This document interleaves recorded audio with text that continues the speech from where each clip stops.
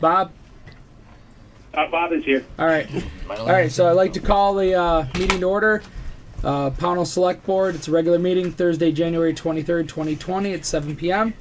On the agenda tonight is agenda approval, warrants, public comment, mail, old business consisting of Pownal Historical Society quitclaim deeds for schoolhouse number 8 to the town of Pownal. Voicemails, road condition communication, fiscal year 19 external audit, forensic audit follow-up, CUD ballot wording, and Vermont State Revolving Fund loan documents. Revisit mail discussion content, resignation request, then on to new business for CAT TV contract renewal, scheduled general fund budget work session for 128 and 129 for both at 6 p.m. And then we'll adjourn. So I make a motion to accept the agenda.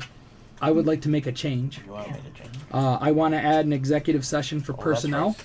You did mention that. Okay. Yes.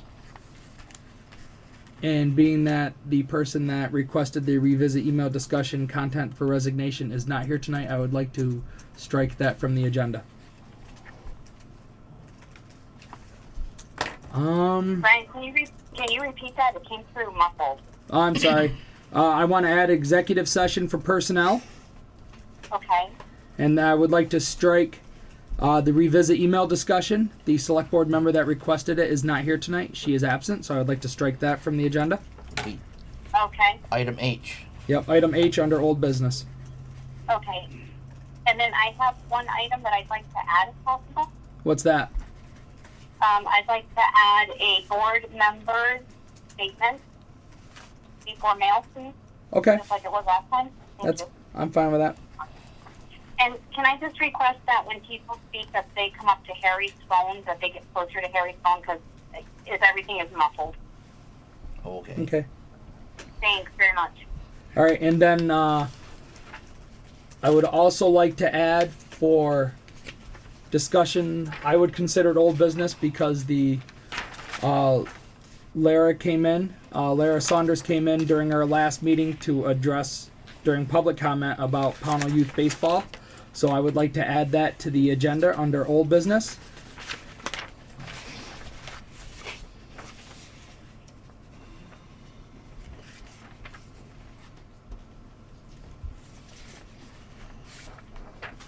Okay. All right. Are there any other changes to the agenda? Bob? Anybody? Bob, you there? I'm here. No changes for me. Okay. Okay, who's second? Well, I'll second. So we have a motion and a second to approve the agenda as stated With amendment, yep. with amendments. Any discussion? All in favor say aye. Aye. Aye. Aye. Okay. On to the warrants. So, for payroll ending 1/12/2020, the amount of $8,295.63. Payroll ending 1/19/2020 in the amount of $10,167.78. Accounts payable 31 on 1/17/2020, the amount of $23,949.06. Accounts payable 32 on 1/24/2020, the amount of $26,771.57. So I make a motion we accept. Second it. All right. We have a motion and a second to approve. All in favor say aye. Actually, I don't think we can because we don't have. They can't vote because they're not here to see it. So I guess these are gonna have to get postponed till next week. I just realized that. But we do need to, if one of you guys, when you're back in town, come into the town office and look at the warrants and sign, because Brian and I are the only two that sign the warrants, and it requires third signature also. Okay. Okay. Please and All thank right. you. So I guess move these off to the next week's meeting. Okay, so we'll table them. Yep. Does that Okay. put us in jeopardy on any payments? No. Okay. All right. So, before public comment, I would just like to remind everybody that to keep this civil, no profane language. Let's be professional. Let's try to calm down. I know things got heated at the last meeting, so I just ask everybody to be professional be courteous to each other, and also to try to keep this as short as possible because we have a lot of stuff to get through. So, with that being said, I'd like to open it up for public comment. Oh, go ahead, Harry. One other thing. I'd like to discourage any hostile confrontations that, like what happened out front Yes, thank you. at the last meeting. That's why we have Deputy Doucette happened to stop by because of the situation last time. I was informed that all parties were basically in neglect of the situation from law enforcement that did show up. So we're adults, we live in the same community. It's okay to disagree, but we can be respectful to each other, and that's all we need to take and move forward and work on that. Thank you. Thank you, Harry. All right. Public comment? Anybody got anything they want to say? Ooh, who had their hand up first? Oh, I don't know. I did. Joyce? Yes, All I right, did. Joyce. All right. Please introduce yourself. I'm Joyce Held. Our family's lived in Pownal for over 50 years. I have two things I want to address, and they're each about 2 minutes, but I'll talk fast. Okay. I'm done now. Pownal has over 3,000 residents, and I'm sure the majority of those people appreciate the work that goes into running a town. So I just want you all to know that. I would like to make some suggestions to help the board to conduct town business in a timely, orderly fashion. The select board meetings are just that. You as a board are here to represent the residents and make decisions for the good of all. I ask Pownal residents to help and support our select board by being mindful that the select board meetings are not town meetings. Residents who come to observe or to make a comment during the public comment time should not feel that they have a right to disrupt the meeting by trying to change the agenda, making suggestions while the board is having discussion on a motion or talking amongst themselves. Please be respectful.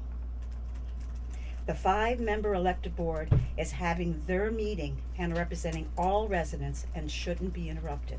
If anyone in our community feels so strongly that the board isn't doing their job well enough, that they feel that they need to act like the 6th board member, I respectfully suggest they run for a seat on the board.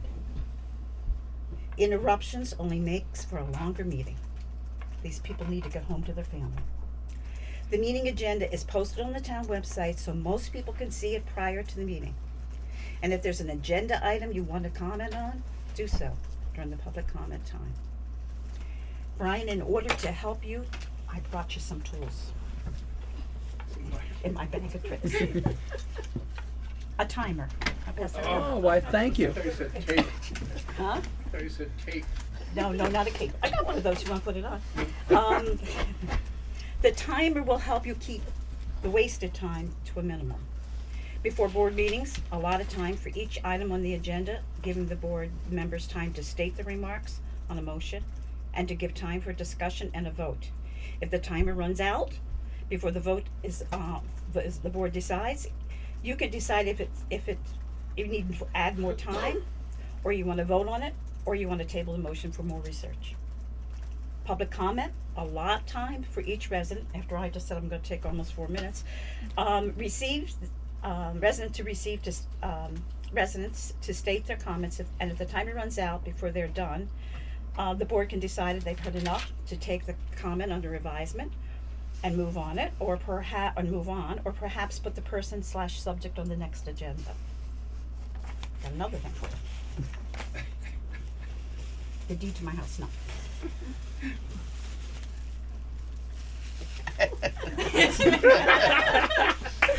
Oh, I love it. Thank you.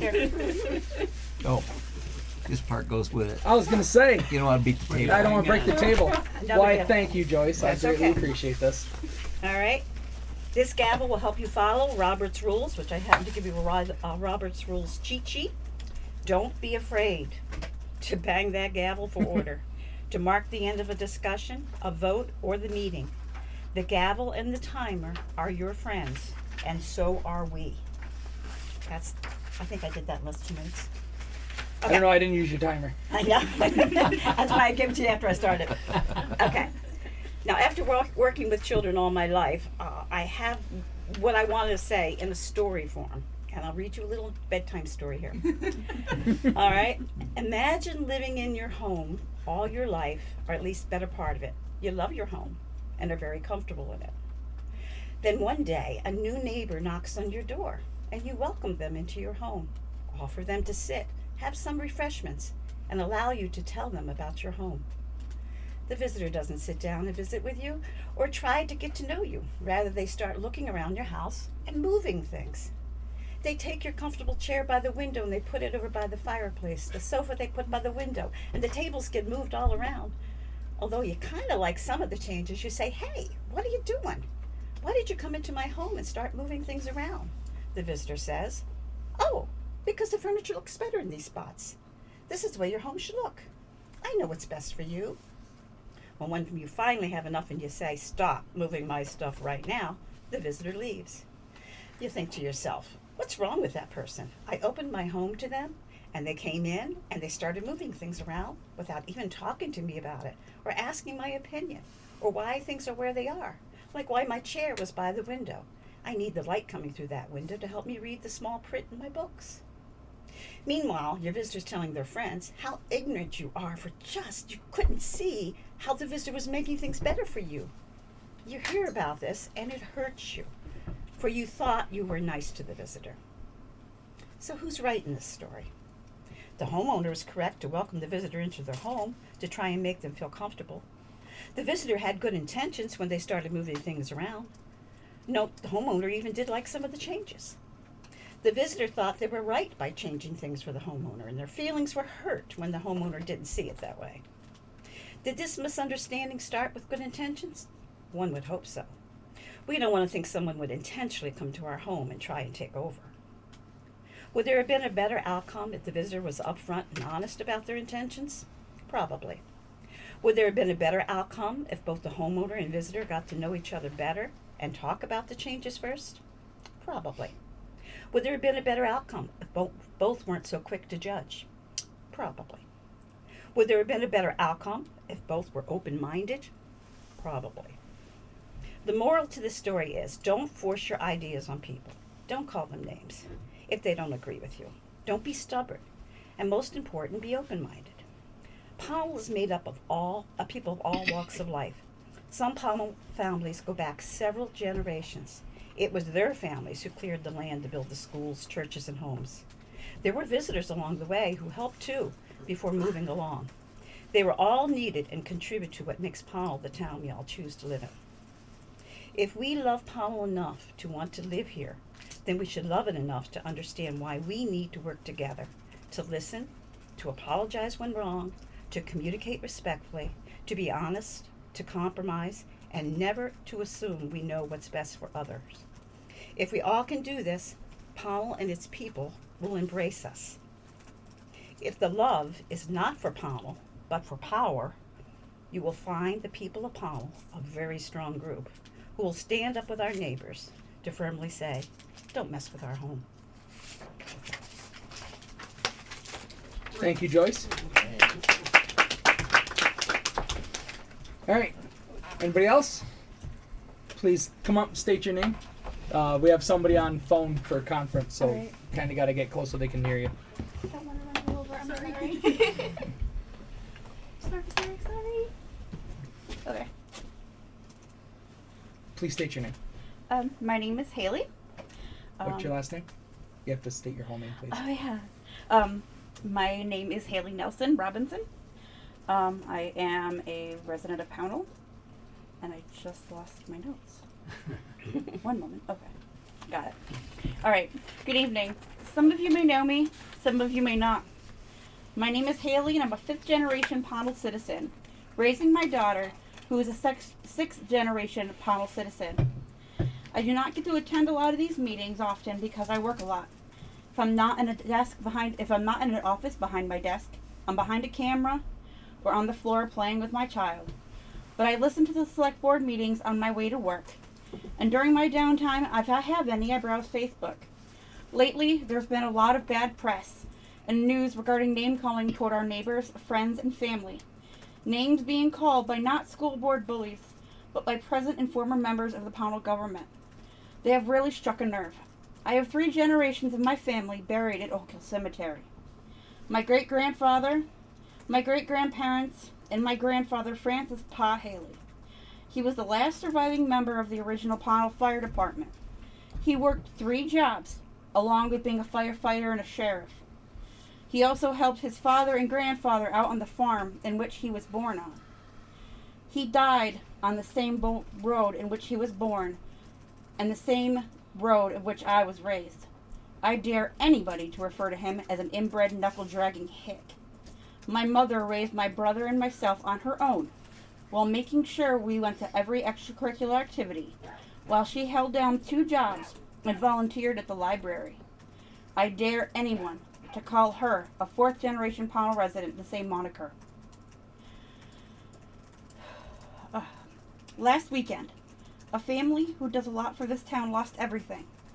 Within a matter of hours, there had been a GoFundMe page set up, there had been fundraisers planned, and there had been plenty of donations sent, and others are still looking to donate. That is what Pownal is to me. As I listened to the scanner and then went online, I happened to see members of the so-called machine starting trouble. Apparently, that's what they do. They do their best work behind things, really. Behind backs, closed doors, and behind keyboards. I sat down and really thought to myself, something that embodies Pownal in my eyes. So quickly, I'd like to submit the following. There's a man dispatching on the radio for Pownal Fire. He may be in his 90s, but he's ready to be on the back of the fire truck to be an engineer if needed. There's an 80-year-old man directing traffic at a fire scene, shivering so hard he can barely hold his radio. There are locals in the bitter cold as a winter storm blows in, ignoring the cold, wanting to help a family who may have lost their home and everything. This is Pownal. The blue-collar men and women striving to fight to save another's property and gathering around them and to care for them, to pick one another's up and who need it. Lines of pickup trucks and cars along a road to see what help is needed and what they can offer. That is Pownal. Pownal is not a machine, nor do we need one to run it. Pownal is a way of life. Pownal is a feeling. Pownal is having 3 generations buried in the town's cemeteries, while 3 more live their lives to the fullest. Pownal is 4-wheelers, fishing, hunting, back roads, and snow-covered trees. Pownal is a sunset, burning through the sky on a summer evening reflecting on Barber's Pond, or a humid August weekend in the tubs. Pownal is farmers working hard in their fields and tending their animals while trying to earn an honest day living. Pownal is a town where people play hard and work harder. Dirty fingernails and calloused hands are the usual attire. It's a hand clasped on the back of a friend with a few cold ones around a bonfire.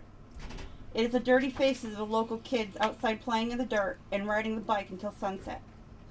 It is working hard to make ends meet, whether it be in the fields, under a car, behind the wheel of a truck, working with your hands, or behind a desk dealing with the public. Pownal is old-fashioned and slow-paced. It may be behind the times, but it's home, and it works. Pownal has been home to many blue-collared families and for many generations.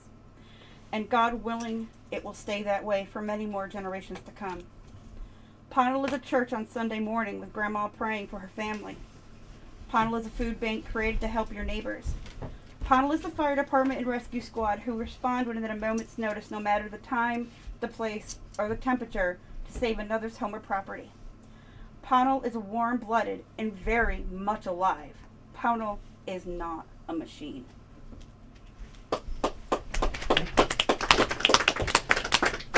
Okay. Any more public comment? Yep. Who had their hand up first? I'll go. All right. All over. Can I come So over you here? want to slide that over so Marlene can hear?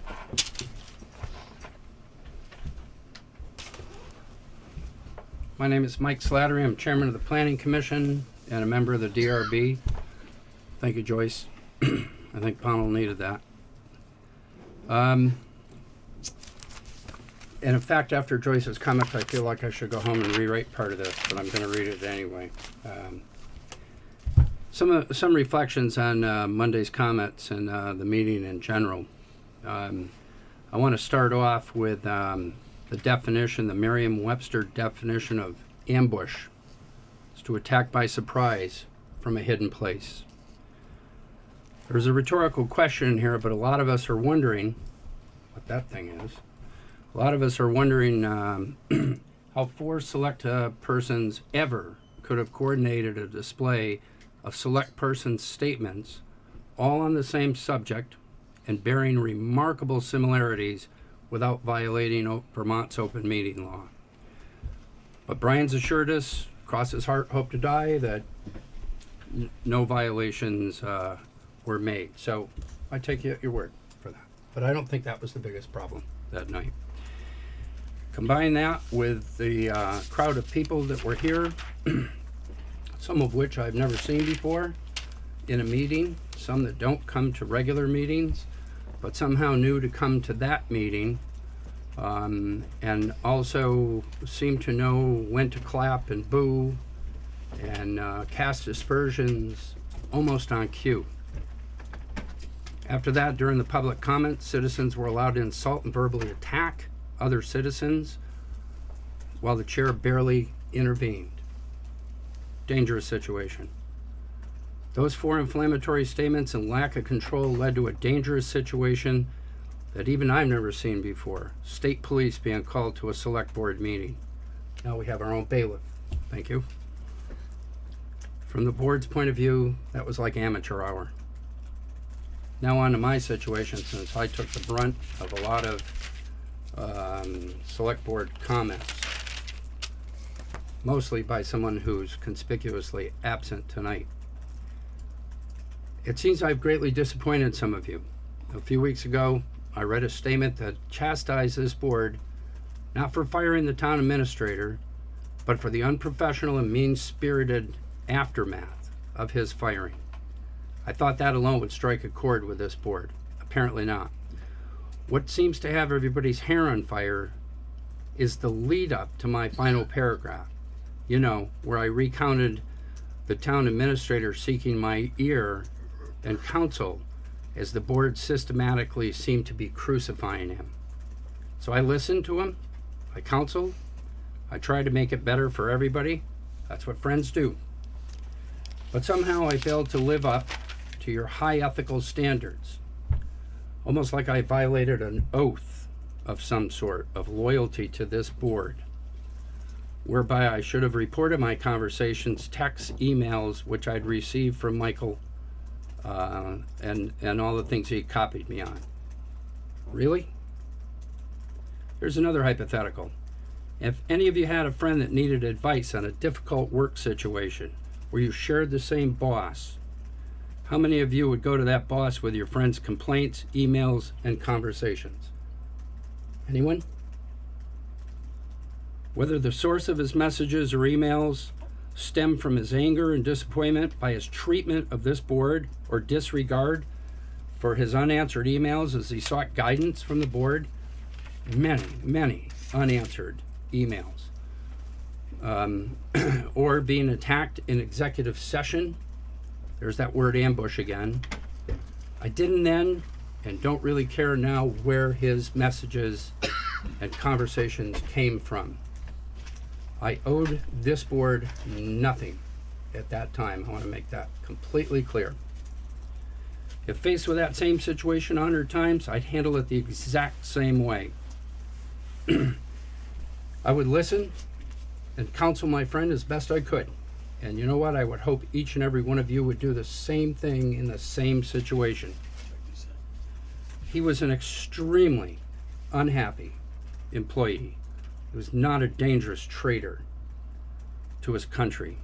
Let's put it into perspective here. I think it's time for a lot of people in this town to get off their self-righteous high horse, put things in a proper perspective, and move on. In conclusion, I love this town. It's why I've been on these boards. It's why I've done what I've done for so long in coaching all the sports, all the kids' sports, everything else. Been here for 40 years. But my loyalty is to the people of Pownal and the boards that I serve. It is not to the select board that has not earned my respect.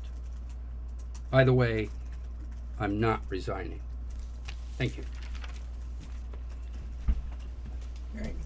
Anybody else? Please come up, state your name so the select board on the phone can hear you, please. Sorry. Got a couple over there too. All right, thank you. Well, I'm glad you're not using that timer yet. I have comments, and some of them they go back for a couple of meetings, but those meetings were canceled. I frequently attend, I'm Rosemary Pelletier. I frequently attend select board meetings, sometimes simply to be supportive, and other times to respectfully raise issues and cautions. In the past 2 months, this board has made it increasingly difficult for me as a private citizen to take a proactive involvement in public meetings. I will offer 4 chronological events to support this. On December 5th, 2019 meeting, in public comment, I raised a number of concerns relating to the town agent being involved in the forensic audit, and more importantly, your discussion to consider changing the payroll policy to fit the non-compliant current policy. At your request the next day, I sent each of you a copy of the letter. At this time, for the record, I am resubmitting my December 5th letter in its entirety, and I will reread 2 paragraphs from that letter since you approved minutes that made no mention of my statements. The public comment minutes stated, a handful of residents voiced concerns over social media, postings regarding the town administrator, hiring committee, a gravel issue at the Clayton Park on Lincoln Street. The board was reminded that a ballot article passed by the voters for the hiring of a town administrator, and the board will address the town administrator position at a future meeting. That was the extent of the minutes regarding the public comment. I'd like to read some of the comments that I had made at that meeting. Regarding your discussion to change the payroll policy to fit the current practice, which is part of the forensic investigation, I wrote, in line with your fiduciary responsibility, it is unwise and possibly reckless to make any changes to the policy before you have received the completed forensic audit and have had time to review it and make it public. The policy should not be changed until the following questions are answered. In what way are current practices in non-compliance with the current policy? When did this non-compliant practice or practices start? Who initiated this non-compliant practice or practices, and under what authority? Who has benefited financially from this non-compliant practice or practices? Who knew or should have known about this non-compliant practice or practices and remained silent? And how much has this non-compliant practice cost the taxpayers of Pownal? Okay. At that time, I did not mention names in my original letter on this issue, but it is notable that the person responsible for the minutes of the select board is also the person who does payroll. My question tonight is, now that you have been aware for a number of months that the payroll practice has not been consistent with the policy, I would like to know if you heeded my advice and did not change the policy, or if you changed the policy. Have you changed? We haven't met, so we could take and work on the policy. So you haven't changed the policy? We haven't yet because Okay. we haven't met Okay. due to the All the other things on unforeseen- your plate. well, that and unforeseen situations, so people couldn't make the meetings. Okay. Okay, my other question is, you've been approving. Rose? Yes, Rose? yes, I just want to add to what Jamie just said. okay, We haven't met to make any changes, okay, but we're still not operating in alignment with the posted policy. okay, so that was gonna be my next question. The warrants that you're approving now are according to past practice and not current policy. You're continuing that at this point. That's what we need to do because we haven't adapted the other. No, that's not what you need to do. If the current, what you should be doing is the current policy until the policy gets changed. Well, That's the what policy. we're doing now, aren't we? I'm sorry, just to be clear, Yeah. past practice has been in place for years and prior to this board. I just want to make that clear. Right, I'm not saying the board is responsible for that. I'm just, I guess part of my concern is issues are raised and we never find out a follow-up on it. So that's why I'm here So for you're asking follow-up. the question for I'm asking the follow-up, yeah. question. And it seems that if we know, you didn't know that the policy was different than the practice. Now you know the policy is different than the practice. You should be following the policy until the policy gets changed.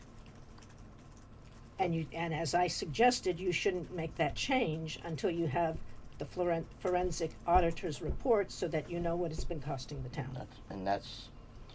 There's multiple things in that Okay. statement. Yeah, And that's why we're working off from past practice at this time, because we don't have all the evidence from your, even to include your statement.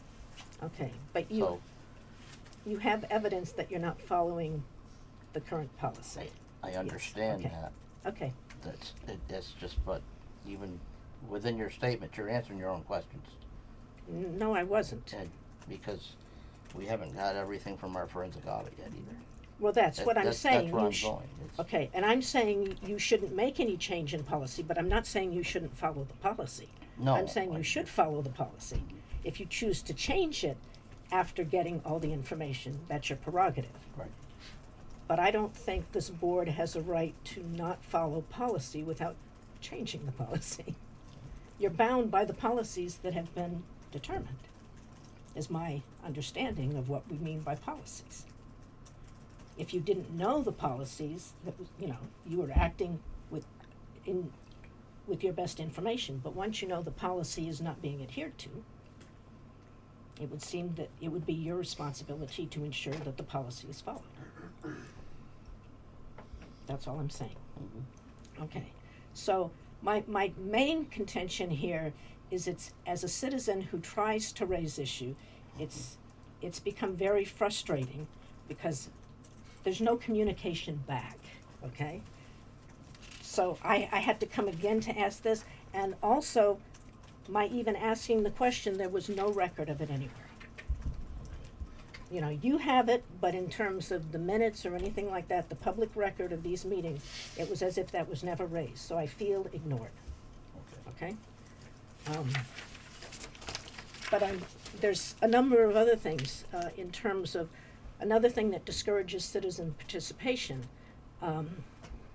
The last minute cancellation of select boards on the 19th and again on the 16th, and the frequent select board meetings that are special meetings, and I know you've got so much on your plate you have to just call them, but it's like we don't get much warning about these meetings in order to come to them prepared to speak. And we didn't get much warning as far as the cancellations either. I mean, Yeah, we Yeah. had a select board member who was going to be on a flight, couldn't call in. Yeah, Liz couldn't make it because she had an issue to deal with. I wasn't going to be able to make it due to family issues. okay, So Marlena was going to call in, and Harry was the only one who was going to physically be here. okay. You needed three, And- so yeah. unfortunately, I had to cancel. Okay, Right. so. I didn't want to. But, the Life. meeting before that was canceled at the last minute. Then we had the special meeting, the 13th, which we've been talking about earlier. Right. Then this next meeting was canceled, and so it just, Which next? the 9th was canceled because it was not warned properly. Okay. And then the 16th was canceled because Because- you didn't have a quorum. Right. We didn't have a And quorum. Okay. it just seemed surprising since at Monday at the meeting, the select board members all were participating and they said, warned us about the meeting on Thursday. Right. So it was surprising that all of a sudden there were 3 people who couldn't be there. To me also. Yeah, okay. And I guess for Like I say, me, life happened, and uh-huh. And I'm glad to hear specific reasons why, because it felt, I don't like to be a conspiracy theorist, but given all the things that have been happening, I thought, these are the 3 select board members who made statements at Monday's meeting, and it was on the agenda to reconsider those, and now none of them can be here. Okay, so the lack of predictability and the inconsistency, I guess, The other issue was with with that meeting that was canceled.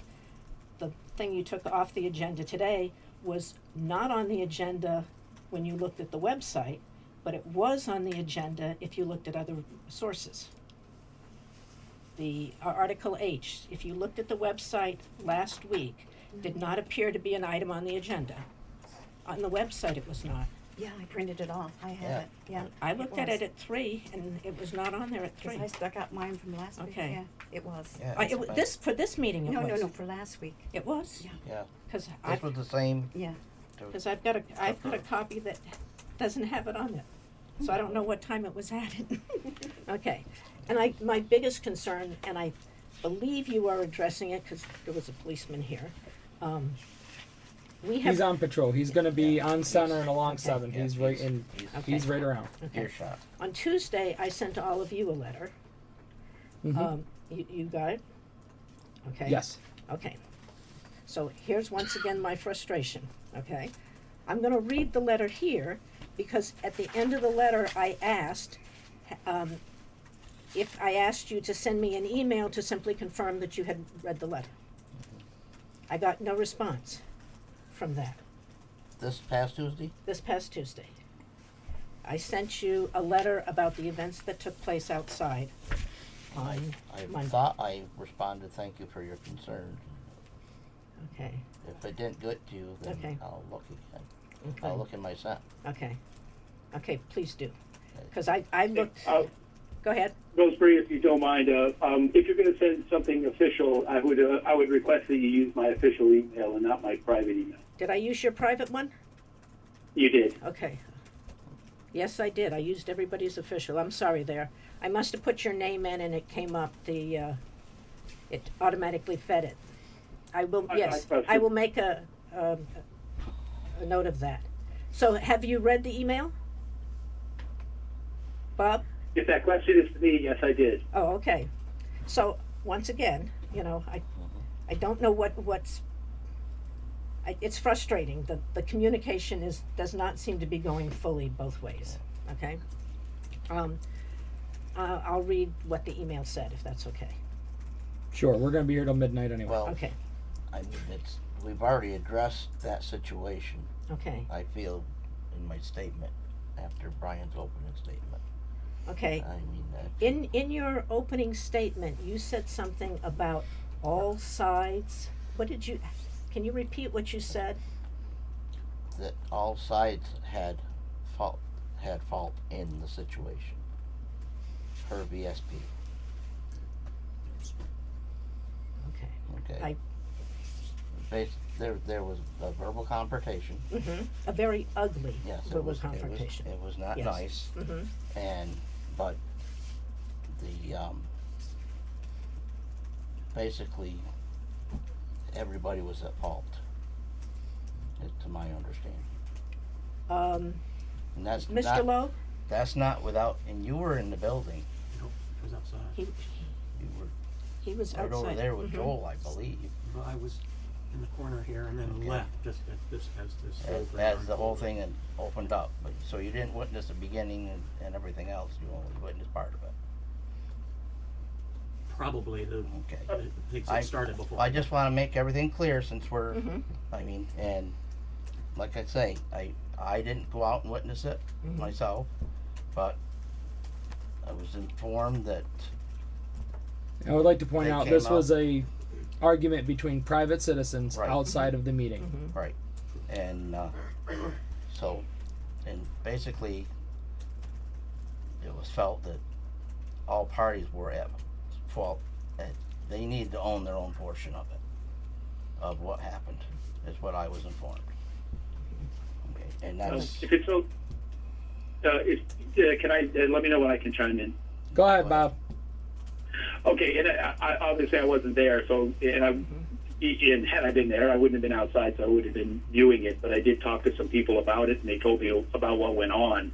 And I think, not to be the eternal optimist here, but I think that really shows how, if on the one hand, it was really there was some behavior that was just not acceptable behavior, obviously, and I wouldn't accept that behavior from anyone. but at the same time, you also saw a lot of people who were on different sides coming together to make sure that people were safe, right? And we did see a lot of that, or at least that's what I heard. I heard we had individuals escorting others out. We did see a lot of people coming together to put a lid on the situation, both calling the authorities and escorting some of the individuals out, making sure that they were safe. Correct. So I just want to make that clear. But that I thought at least a part of it is a good example of citizens being citizens and putting their differences aside. But I think the provocation did not come from both sides. Well, I have to disagree on that. It was not, in my view, my opinion, is it wasn't the select board that caused this, and it wasn't the way we approached things. It was the behavior that was revealed by the release of the emails, and those were public records. We had no authority to not release those. So the behavior became obvious, and it was pretty condescending and pretty rude. I think people would naturally be angry, and different people are going to respond differently. There is no excuse for the unacceptable conduct. But to say that it was caused by the way the select board or a statement that was in the newsletter or this or that, it's not true. The thing that caused it is the behavior that was revealed by the release of the emails. And I would take issue with that. I mean, I'm not saying the select board caused it. I do sort of agree with the statement you said. There has been a lack of control in some of the meetings, and that so the tone has been set. But it was the action. It was not directed at those emails at all. It was directed at an individual who challenged Elizabeth's a request for resignations. She requested resignation. Elizabeth requested resignations. Megan got up and said she defended, and the attack was against her. And she had nothing to do with the emails. No, it shouldn't have happened. None of it. And she had nothing to do with what happened outside. She had not. Regardless who was involved, Right. she had nothing to do with did that. not. No. Yes. No. That's what I'm stating. No, I'm saying, but Megan did not have anything to do with the emails, the vicious emails. No. No. No, and the behavior that went on outside was unacceptable. Right. But again, But the select board cannot control how people react. no. I but- don't. so I what don't are you condone that intending? behavior. Right. No, I don't. I know you don't. And It- I guess I had asked that this be put as a topic on the agenda for discussion on how, what was going to happen to make this safe. That was what was in the letter And that I. And we have a sheriff okay. who came in and in the area. Okay.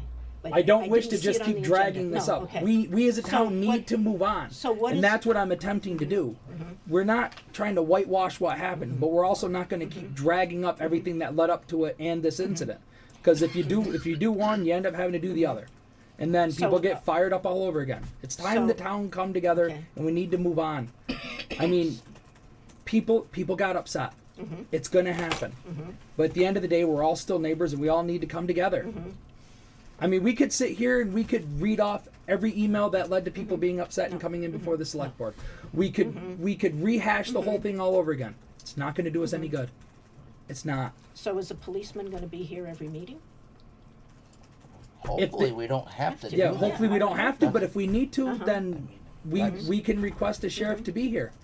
I'm hoping it doesn't come to that. I would hope not either. Okay. We're hoping that people will be respectful. I mean, like I say, it's okay to disagree. It's just, But not that way. no, we just gotta be And- respectful and And have as a far as lack of conversation control and- for the meeting, I've stated right from the very beginning that I didn't stand on procedure, that I wanted the select board meetings to be an open, free flow conversation. Hold on.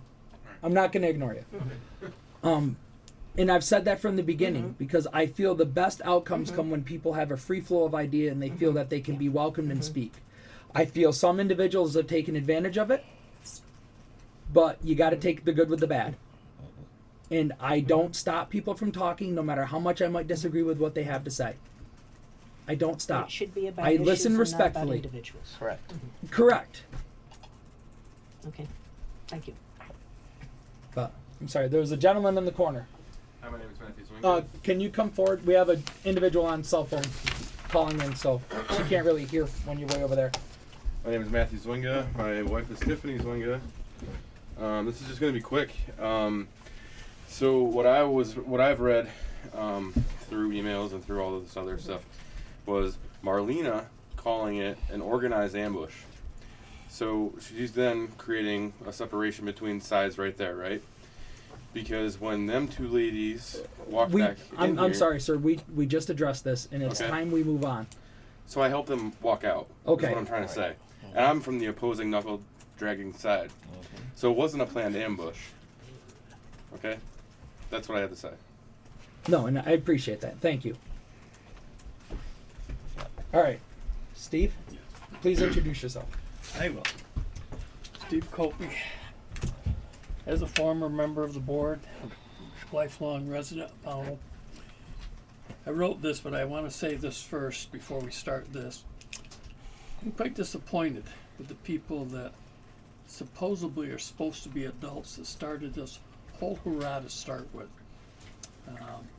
It's got out of hand. You have a new board. They've been getting direction from every which way but loose. Some of the name calling going out, people got offended by it. I got offended by it. Most sure people would. Unfortunately, some carried it one way farther than the other. That's unfortunate. The one thing everybody needs to kind of do is back up to the fact that we're supposed to be adults. That's not the way adults operate. All right, that's done on that. On a later subject, Please. yes.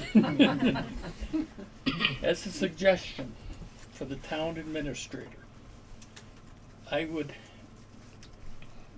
need to add this to Linda's duties, as she has pretty much done this right along in the past. Being this would be a little more involved at this current time than before, this position would add more work to what she considerably had done, being in that position before, but she has pretty much handled this. At some of the meetings when they were looking for a town administrator, the previous board asked what their work actually were, duties. And the guy said, well, your assistant's already done that, pretty much. So she's handled this to start with. But being this could be considerable more, I would say that a raise to go with that mentioned work, to add to what she's doing. And I'd also, and you brought this up at the last meeting, I wrote this 3 weeks ago, so I didn't follow your complete thing. But I would believe that it would be wise to have someone. No, you have as an a- incoming call for potential spam. have someone as a part-time person to come in to work with her Here, do you want to ignore that? on vacation, Oh. or maybe even to cover the select board's meetings, to take some of the load off. This would cover when she's out, when there's meetings going on, or they could cover actually the meetings too. I believe with these two positions changed like this, the town not getting into any wages, considering what to do, but I believe that you could save in the position of around $40,000 to $45,000 a year doing these both positions. Okay, that's that. While you're chewing on that particular item, I would also hope that you would consider waiting if you do decide to choose an administrator until you have a new town office where a person would actually have their own room with a door. I personally believe a lot of the problems occur by not having privacy within this room, everyone hearing everything that goes on, public or employees. It makes the workplace a very difficult place. There needs to be a door. This room's not big enough for this. I think the selectmen prior to this jumped the gun talking about a town administrator. You don't have room for them. You put them in the middle of a hurdle. It's just not a comfortable situation for anybody. So that would be my suggestion. Thank you. Thank you, Mr. Copey. Anybody else? Public comment? Step forward, so will you pass that down? Or John can come up here. Move down this way just a little bit. All right. John Bashy. I just want to state, I'm going to state it to the board and then If we get an answer from it, that's fine. If not, we'll go with that. Again, I like Mike. I've been getting along with everybody here. We do everything. The only thing I have a problem with, and I'm upset today. Been upset for a couple of days. Understandably so. One of the problems I have is I keep hearing that, and I'm going to try to keep it directed there. Mike will hear this, but I keep hearing that he's just saying that he's helping Walker and he's doing this kind of stuff with Walker at the time. Problem I hear is that I still don't hear any accountability for the things that have been said. I was part of those attacks. Those are directed at me from Mr. Walker. A lot of those comments and stuff. I couldn't organize a 2-car funeral. Mr. Bushy, I'm sorry. We've already addressed it. I don't wish to keep dragging up what was in the emails. I'm sorry. I think I'm not trying to be rude to you. Right. I understand your frustration. People have aired their frustrations. Tempers have flared. We're attempting to move forward from that. Right. He just got to be able to talk about it, though. That's why I was trying to address it, because he just kept saying that he was condoning. In my view, that's condoning with his speech. And if it's going to be condoned, we're never going to get together. It's never going to come together with two people wanting to work it out if everybody's still condoning what was said, and we're not hearing that. That's all. I don't condone any of it. I know, The person that was making the comments is no longer an employee of the town. Right. So how people choose to react to what was being said, the select board can't control that. So I'm sorry for the language that was. It wasn't directed at you, but it was about you, and for that I apologize. Right. So I feel you're owed an apology from somebody. So I'll give it to you as chairman of the select board. I'm sorry for the language that was used about you. Thank you. And for that I'm truly sorry. Had we known sooner, we would have dealt with it sooner. Thank you. But thank you for your dedication and your time, sir. All right, any more public comment? Please state your name. Fred Miller.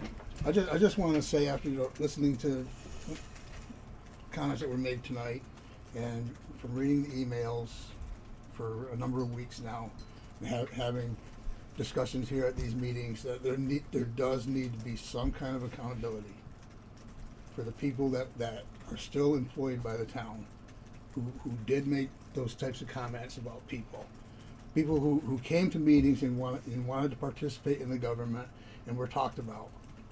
I happen to be one of those. Mm-hmm. And I have a thick skin.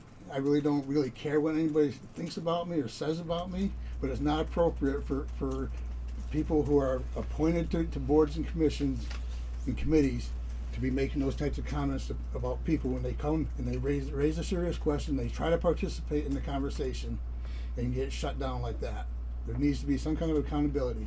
And there also needs to be some boundaries set between the select board, which is the elected body in this town, and the appointed committee, members of the appointed committees who come in repeatedly and try to run the select board and tell them how to do their business. Please keep your comments directed to the select board, Fred.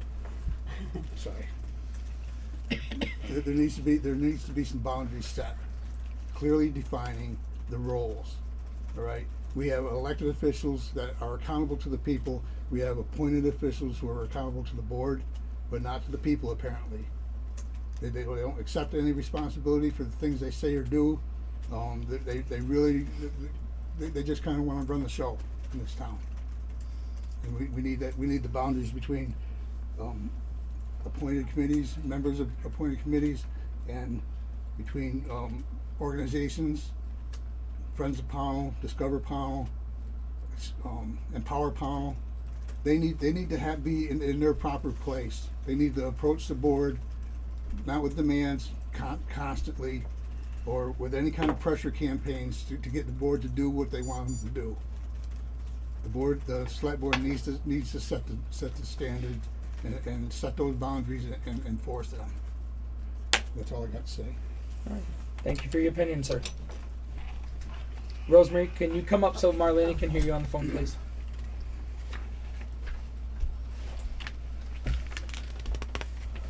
Just a clarification, I'm with the Friends of Pownal, and the Friends of Pownal does not come to the select board or try to impose anything on the select board. It is an organization that simply supports some activities in town.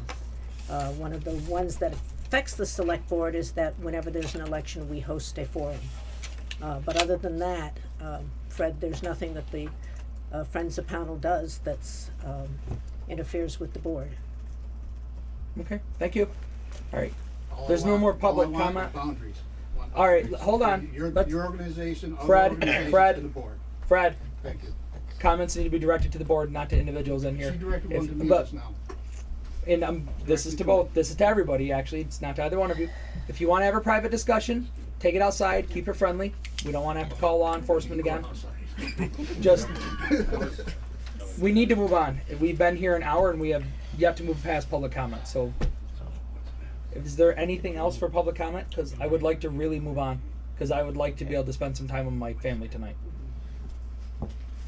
Okay, so moving past public comment and on to the mail. All right, so, Mr. Knapp, you. Brian? Yes, Marlena. You forgot me. Oh, I'm sorry, Marlena. Sorry. Go ahead. That's okay. This is the board statement, plural, not possessive. And I do apologize for having a code blue here at the hospital, which is a cardiac emergency. So if you hear sirens, I will have to mute my phone. Okay, to the taxpayers of Pownal, I'd like to take a moment and apologize to the community for the board's lack of transparency this last year. Beginning in April of 2012, our internal auditors began bringing to our attention numerous well-documented concerns, which we should have discussed openly in public session, but hindsight is 2020. We eventually ended up hiring a forensic auditor, which you're all aware of, who confirmed all concerns raised, found some additional concerns, which were disclosed in the public preliminary report on December 5th. As mostly a new board, we're learning a lot as we go along here. What our roles are, what we can and can't do, what we have jurisdiction over.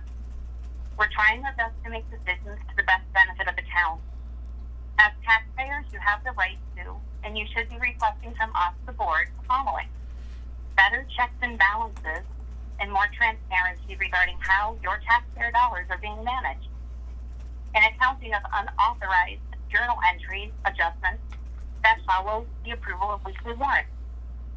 An accounting of all unauthorized open and closed financial accounts and what was done with the fund balances. Transparency and details related to $2,000 in overpayments the forensic auditor announced related to the town clerk and how those overpayments suddenly became reconciled. How did they become reconciled? Who reconciled them? Why was the board never made aware of any of this? A plan for accountability related to systemic payroll errors and full accounting of payroll being paid out as reimbursement. Time cards, noting sick and vacation time being paid out as straight time. Overtime calculated using sick time. How much has all of this cost the taxpayers? You have a right to know. An accounting of costs related to the delinquent tax collector. Payroll taxes and miscellaneous expenses that have been passed off to the general fund and absorbed by the taxpayers for at least the last 6 years, maybe even more. These all should have been paid out of the fees being collected.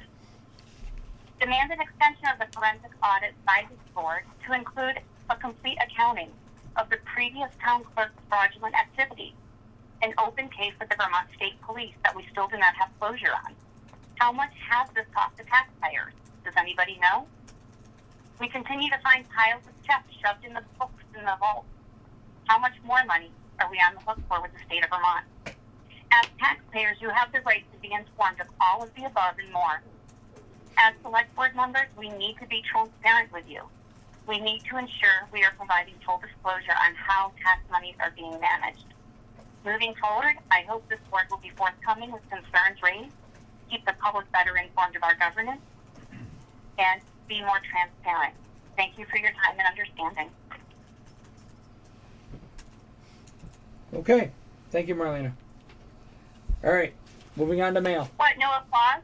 Come on, I want to hear some applause, please. Moving on. All right, so in the mail, let's see, we have something about the 2020 census. Inviting everybody to respond. It's just informational. All right, so we have petitions that were submitted, a couple of different petitions. The first one being for shall the town of Pownal vote to create fire station building fund used to replace the Pownal Valley Fire Station, appropriate $20,000 to fund. They submitted 140 signatures. So they met that. I assume we have to motion and pass to place this, or this No, just they're information? automatically going on. Okay. Um, So They met the requirement by having their petitions done and in a timely manner. So the next one is shall the town of Pownal vote to raise appropriate and expend the sum of $2,000 for the support of Pownal Valley Swinging Seniors. They submitted a petition with 145 signatures, so they met the requirement. So let's see here. Say again? No, that's from the hospital. It's Oh, back I from thought the you were saying hospital. something. No. And then we have No, that was one of the emergency things, sorry. Okay. So then we have the treasurer's report. So that's all there is for the mail. Mr. Knapp submitted a letter, which I thought you were going to raise your hand and read during public comment. I can. I think we've been talking about a lot of this, but I'll share it. Not gonna take long. Sure. He submitted a letter to the board in the mail, so. My name is Marsh Hudson Knapp. I live on South Stream Road. The other night, my wife and I got stuck in the mud up to our shins, and someone in a truck stopped and waited to see that we could get out. It meant a lot to me that an unknown neighbor was watching out for me. Sorry. You are my neighbors, every one of us in this room, and all the people in our town. When I see you, I want to be able to smile and wave or shake your hand and know that we're friends. This is very important to me. Everything else, everything, is less important than that. You know, when I see John and what's happened to him, it breaks my heart. And, you know, we're all in this together. One time in my younger life, when my wife and I got in a rut, about as deep as the one we got in the other night, we went to a counselor for help. And after 2 years, he asked one good question. I wish he'd asked it about 2 years earlier, but he didn't. He said, "Are you sick of fighting?" We thought about that question for days, and we each decided on our answer. Yes, we're sick of fighting. We could have spent the last 45 years fighting. We were both hurting. We both felt really angry. We were experts at what was wrong with the other person. It was amazing. Every time I looked at her, I could find something stupid, something wrong, and something upsetting. Every time. But after that decision, we stopped ourselves. Fighting, hurting, blaming, and correcting was not the way we wanted to live. We went to work trying to understand each other and to listen to each other. You know, listening to my wife is the hardest thing I ever do. Because when I really hear what she's going through, I often have to change my stubborn mind and my behavior. I have to forgive her when I've hurt her, instead of trying to get even when she hurts me. I have to ask forgiveness when I say something stupid, which unfortunately is more regular than I'd like, and hurtful. I have to ask forgiveness when I get into arguing instead of listening to her and sharing. This is hard. So to you, my neighbors, and I hope my friends, I ask you, are we as a community sick of fighting? When we see each other here at the town office, or on the road, or at school, I want to be able to smile and wave or shake your hand and know that I have a neighbor who's my friend.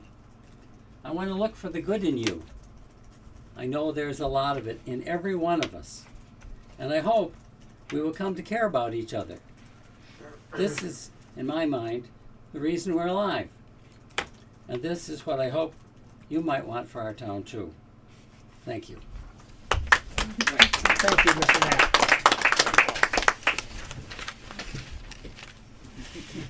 Okay. Yeah, it's Hudson Ave. Brian, may I ask a question? Yes, sir. I submitted a letter. I thought it was more appropriate to send a letter to the select board than to write to the editor of the Banner. And are you going to not read that? Did I? Maybe I must have missed it. Hold on. That's why I did the statement in the beginning of the. Well, I appreciate that. I'm not sure that goes as far as I think perhaps you should as a board. So that was the intent of my letter. It's brief. All right. I'll read it. We've already addressed it, but I'll read it for you. So, dear Select Board members, I hope and trust the Pownal Select Board will condone in the strongest and most public manner possible the ugly scene that unfolded outside the Town Hall during last Thursday's Select Board meeting. Concerned citizens who choose to attend the meeting in the interest of helping the town move forward on various challenging issues were submitted to harassment, intimidation, threats, and crude verbal abuse as they left the meeting. Hope the Select Board will make it abundantly clear that such behavior has no place in Town Hall, where citizens can and should freely express opinions civil and constructive fashion. So, P.S. On another note, I hope Pownal residents will make room in their hearts for the blight of the Bashir family who lost their home to a fire last week, and that those who are able will consider contributing to a fund to help offset the cost of recovery. So, I apologize for missing it, but we had already addressed it. It seems to me that while you addressed it personally, I think that were the select board as a whole unanimously to condemn, not condone, but condemn that behavior, that would help move us forward. Okay. Well, is my opinion. But I appreciate what you said. Who's the author? I can't. Oh, I'm sorry. David Lowe. David Lowe. Okay. All right, so Moving forward. okay. All right, moving forward. So, Pownal Historical Society quitclaim deed schoolhouse number 8 to Town of Pownal. Right. So you need to be over there. And this is a historic moment. Yes, it is. The Pownal Historical Society is signing over the historic 1812 one-room schoolhouse to the town of Pownal to be incorporated in the new town office. And we, as a community, should be very, very proud because we, as a community, made it happen. So that's something for all of us to agree on. We worked together to do it. We got out and we voted. We helped one another. So this is a very historic moment. I'm going to take pictures. It's going to go in the new History Center. So we're going to move that Pepsi bottle because 100 years from now, I don't want to, I'm sorry. But, you know, Pepsi 100 years from now, come on. And they're Oh, they're still going to be around. Yeah. They will win the I have Pepsi stock war. in Coca-Cola. Anyway, and then these two here should be signed too to go on record, and we'll put them in the History Center too. It's just stating that we're donating it. You better read it. But anyway, just for you to sign it, Ken to sign a original copy for you, and an original copy for us. Right. Well, So- let's You want to read that? I was gonna say, which one do you want me to read The first? quick claim. The quick claim. That goes on forever. I was gonna say I'll read it. No. I don't know who will be awake at the end of it. I know. This would- You can state we had the quitclaim deed, but All right. read the. So, all right, we have the quitclaim deed prepared by our attorney. It will be available for public. It'll be in the record, so if you want to read it, bring a cup of coffee. Just sit down so you're So Pownal Historical Society Incorporated. That's their letterhead. Dated January 23rd, 2020. On this date, the Pownal Historical Society donates the 1812 historic one-room schoolhouse number 8, assessed at $58,500, to the town of Pownal to be incorporated into the new town hall, approved by the town voters on October 29th, 2019. Once moved and incorporated into the town hall structure, the basement of the schoolhouse will be used as a Pownal History Center by the Pownal Historical Society at their pleasure. In appreciation for the use of the Pownal Historical Center, the Pownal Historical Society has pledged $25,000 toward its construction. All contents and furnishings of the History Center will be supplied by and be the property of the Pownal Historical Society. So, if the board will authorize me, it'll be signed by me, Brian Harris, Chairman, Pownal Select Board, and also co-signed by Kenneth H. Held, President, Pownal Historical Society, Incorporated. The reason why I asked you to read it is because they're not present. Oh, this is true. So that way they can take and vote on it. All right. So moved. All right. So we have a motion and a second to approve the signing of the acceptance. Who's second? I do. You do. Sorry. So, is there any discussion? All in favor say aye. Aye. Aye. Aye. Marlena? Marlena says aye. Okay. Thank you. All right. So if you want to sign yours, I'll sign mine and then we can switch. Sure. I actually wanted to get multiple pens so they could write K, pass it around, E. Yeah, no, there's enough of that on the national But level. I do want you to hold it up. There is. Hold them up when you're gone. We can pass all the pens out. I couldn't afford it, wasn't in our budget. If it makes you feel better, I got a package of like 20 of these at Staples for like $3. So All right? Oh. All right, we keep copy, they keep copy. Hold it up, hold it up. We're so proud. Okay. wait, hold on. There we go. All right. Okay. All We're right. down in history. All right. So then, moving on, we have the official stuff. So You gotta sign that. the That's the quick actual claiming. yeah. warranty deed. Right. So that requires your signature at the top, right there, and we got to date it and have a witness. Today's January. Well, do we have a 23rd. volunteer to be a witness on the quitclaim deed? Anybody? Fun, who wants to go Oh, down in Fred. history? Oh, Fred had his Fred's got arm his up hand first. up there. Fred, you win the race. Come. What do you want me to do? Well, we're gonna need your witness. signature as a witness.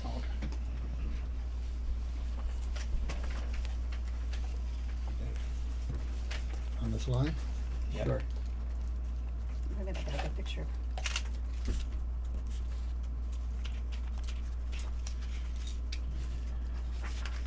There you go. I'm gonna be different. Mine's gonna be in blue. Oh wait, no, I don't have to sign this one. Not that one. No. Oh, No, no, we he's already signed signing the it other one. over, yeah. Oh, Linda I was all already signed excited. I thought I get to sign this one too. No, All only right, when you. and I'll let Linda date it. No, okay. Well, actually, we'll just put it all back in the folder. Let me hand that back to Ken just for a second. Ken, just make like you're signing it. 'Cause I didn't get She a missed close it. up. I'm sorry. I was kidding about the pens and I really didn't get a close up. Sorry.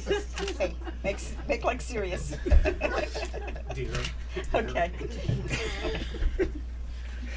You're in trouble. She broke out the This is beer. fun. Okay. All right, now you gotta pass that around to Linda. She's gonna sign it. She's All got right, all. we'll Yeah. pass the whole Okay, folder. All right. hold her together.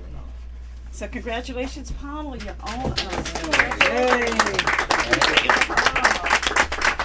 Thank you, sir. We saved a historic building. Let's put it that We'll way. try to keep our uproar or our noise to a dull uproar when you guys are meeting downstairs.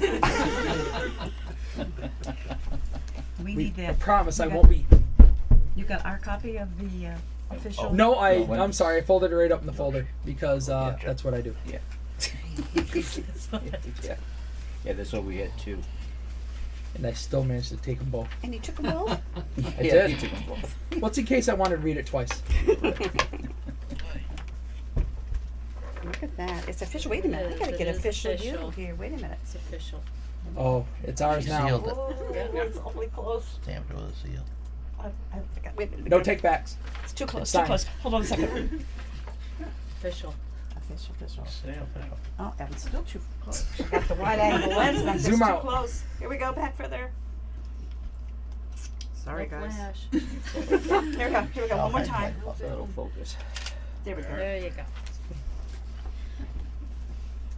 That was me. All right. Okay. Voicemails. I just need that other copy. I believe this was to address getting Yeah. voicemail set up for everybody. Let me catch up. Oh, hold on. Okay. One of those. There should be. There should be two of those. That's why I keep the cap on it. It's good. There's. Okay. Cool. Now it's nice and flat. Okay. And may we be excused, us elderly people, so we can go home and eat our dinner? You can, or you can stay. It's your We're choice. historical, so we can leave. Right? You want us to leave before we get hysterical, right? So, thank you all. Thank you. Thank Good you. to see our We old neighbors. people have to go home. Thanks, guys. Thank Past our you. bedtime. I was gonna say we have a coffee machine out Night. there. I gave that up a long time ago. It's never too late to start again. Take my bank pen. Okay. Blast me. Give up Good night, coffee. everybody. Good night. Thank you very much. See you, neighbor. Yeah. Ready for the voicemails? Okay. Thank you. Thank you. Don't forget to eat your cookies. Did you want to Oh, speak you brought on, those? Yes. Oh, okay, they're safe. Did Marlena want to speak on the voicemail? She started to. Yep. You ready? Yep. All right, go ahead, Marlena. Okay, so as we all get those wait files in our email regarding voicemails that are left, there's absolutely no communication coming back to us regarding whether or not they've been responded to. And I've been jotting them down, and I have to be honest, as a select board member, I don't know if the community members that are calling and leaving voicemails are being responded to. So, The ones that have been left in regards to have the health any- officer, I forward the communication to the health officer. Yep. And the road one I Okay. forwarded to Joel. so Yeah. So what I'm asking is, can there be like an email that goes out to the board saying this was forwarded on to Leo, or so and so followed up on this? Because I don't want to pick up the phone and call somebody if somebody else already reached out to them and tell them something different. So we need to have better communication about that. So Well, did you know if it was as one we've person said or what? before, in regards to, reply all to all the select board members, that becomes a violation of OML. Not if we put not for discussion. For our rules of order. And it's not a discussion, it's just saying, hey, this email or this voicemail was responded to. Because if we all think somebody else responded to the voicemail and nobody responds to the voicemail, that's doing a disservice to the community members that are calling and leaving voicemails. So either pick somebody to respond to all voicemails and just let us know it's been responded to. Otherwise, it's going to be a free-for-all. So I've listened to a lot of those voicemails myself, and I think everyone I've listened to has fallen down into two categories. It's either a road issue or it's a health officer issue. And I think if we have a process to forward those two, it takes most of them off the table, right? Just give us confidence on the select board that for all five of us members that these are being forwarded and they are being responded to, and then we can treat the exceptions that don't fall in those two categories maybe a little differently and reach out and ask and make sure that it was responded to. And if we're going to ask the question, I would also ask that we as select board members, when we get those voicemails in our email, before we reach out to anyone, reach out to the select board and say, did anybody respond to this? That's what I was saying, Bob. If you still have the question. Yep. But I think what I heard is we do have a process for health officer issues and for road issues. Brian, I think you said you were forwarding them to Joel and to our health officer as appropriate. Yeah, that's what I've been doing. And now that Leo has a cell That was phone, the question. So Brian, you're doing it. I've been trying to. Yes. Okay. So you're point person. That's what I'm trying to find out. Is who's Yeah. managing the voicemail and following up. Okay. But I think those were the voicemails that were coming into Mr. Walker's former extension. Correct. We had asked for that to be Right. forwarded as voicemails to everybody. Correct. And until there's another TA in place, they'll continue to come into our inboxes. We just need to know who is managing them. So it sounds like you're managing them. Well, just a quick thought. Should we just simply have that extension disconnected because there's nobody there and have it forwarded to somebody who's live here, to our administrative assistant? And then if she needs to reach out to one of us, she can. Because I can't always check my email. Sometimes I don't get to check my email, till the end of the day. And somebody could have called. We can just have Chuck forward them on to Linda as well. I like knowing who's calling in, and I like knowing what people are calling about. As a select board member, it helps me understand some of the challenges our community members are facing. Makes us aware of things that we don't always hear about. That's fine. I was just saying in the name of quicker replies. Yeah, Chuck can add Linda's email to the list, and it'll forward to Linda as well. I mean, my recommendation is reach out to Chuck and find out what we can do. I still want to be kept in the loop on them. I still want to know what community members are calling about.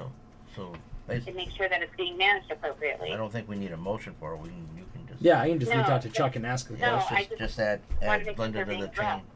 Yeah, I'm sure that can happen. I'm sure Chuck can do that. It's not a. Yeah. Sounds And to be good. clear, these are things that we never would have been informed about in the past, right? These are normally things that would, I think most of them go directly to Joel or directly to the health officer. Some of them are coming into the town administrator because that still exists. I think if it didn't, they would find another way to reach out. And so if our select board, if our website has the appropriate contact information, we're going to have less of that as an issue.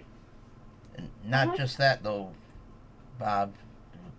It does let us know as a board different concerns within the community. So when we get stopped outside of our meetings, and we're not blindsided if somebody has left a message. All right, I agree. And Mr. Haggerty, as the health officer, has requested to meet with us more regularly to give us regular updates as well. Right. So that way we know as far as follow up of any concerns. So. All right, so I'll reach out to Chuck and ask him to add Linda to the forward the voicemails onto her as well.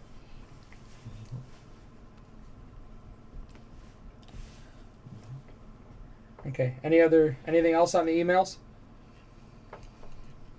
Or voicemails. Yeah, sorry, voicemails. All right. Road condition communication. Yeah, I think Joel so came in. Two things on this.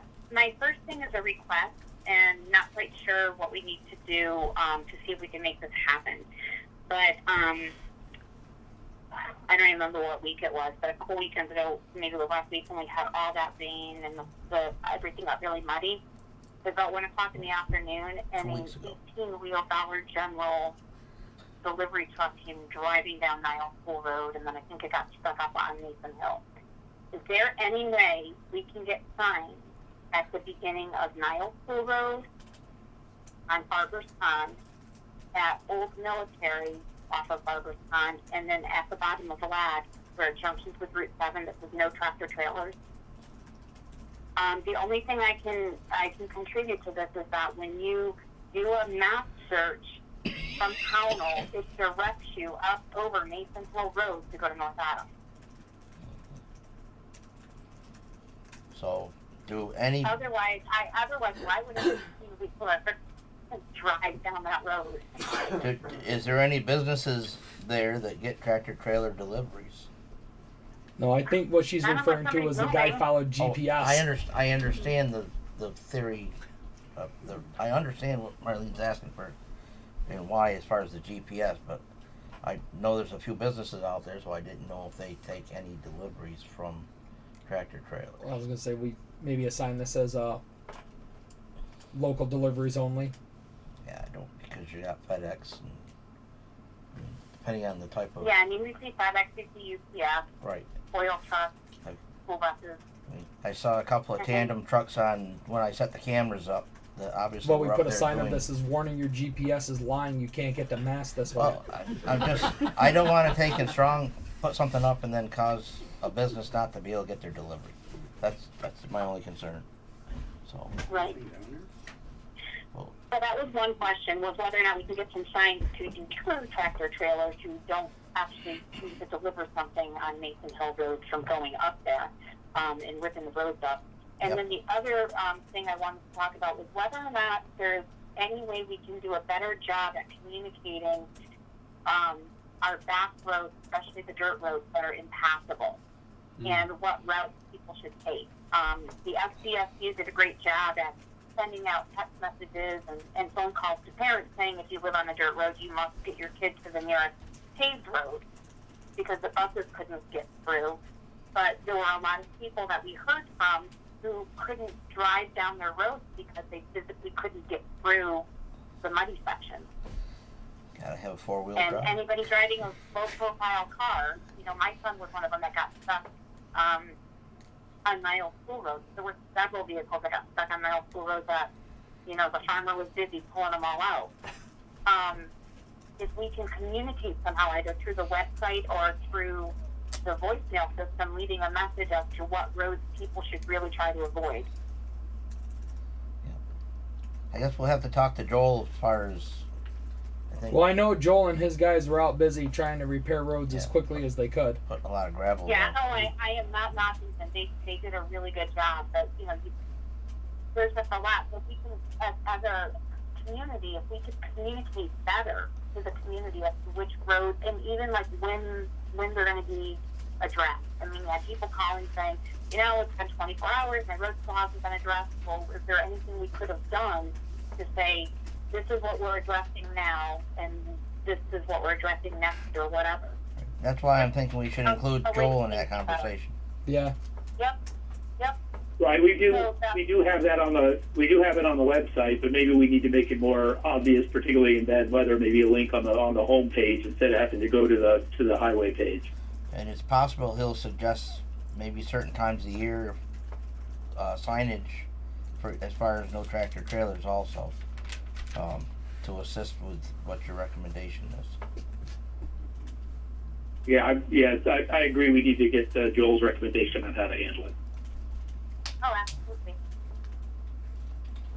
So those were just that. I just wanted to get those out there because I wanted to make sure, one, that community members who've been calling and asking for information and for communications about this. Brian, we had a couple emails from Terry Park. Has anybody replied to her? I'm sorry, who? Is she the individual on Mount Anthony? Yeah. Yeah, I responded and the issue's been dealt with, and she thanked us for our quick response. Yep. Okay, so that's another example of, we all got the email, but who's taking the lead on responding to those things? So, even just saying, hey, I responded to them would be great. I responded to it, and I forwarded the emails on to Joel and asked Joel to go up and verify the road condition. And Joel got to it as quickly as he did, and he put stone in. I handled that to me, that fell under day-to-day operations, which I was voted to handle. That's what I was doing. I will make sure I communicate that with the rest of the board. Better communication back to the board, because we're all getting the email, so we're all making sure that we're sending the exact same message. Thank you very much for the consideration. Not a problem. I believe she sent the thank you to the response. She left a voicemail. I can't remember. I thought I saw the email saying that. Yeah, there was an email thanking us. That's Right. exactly what she wanted, and That's how I knew thank that you and all it that was good done. stuff. Besides running into Joel. Yes, sir. I just wanted to let you guys know that I appreciate what Joel has done for North Mason Hill Road when that tractor trailer went up, and also when another trailer got stuck and rolled back on it and blocked the road, having the state police stay there all night. Joel did put up a sign at the bottom of our hill saying that it is a dead end now. I can't hear this individual. Oh, I'm sorry. It's Jim Kosis. Marlene, Will I you just come want forward to and let you know that Joel did put a sign at the bottom of our hill saying dead end. So I appreciate everything that he's done for us. You hear him? Yep, put a sign at the bottom of the road saying dead end. Yep.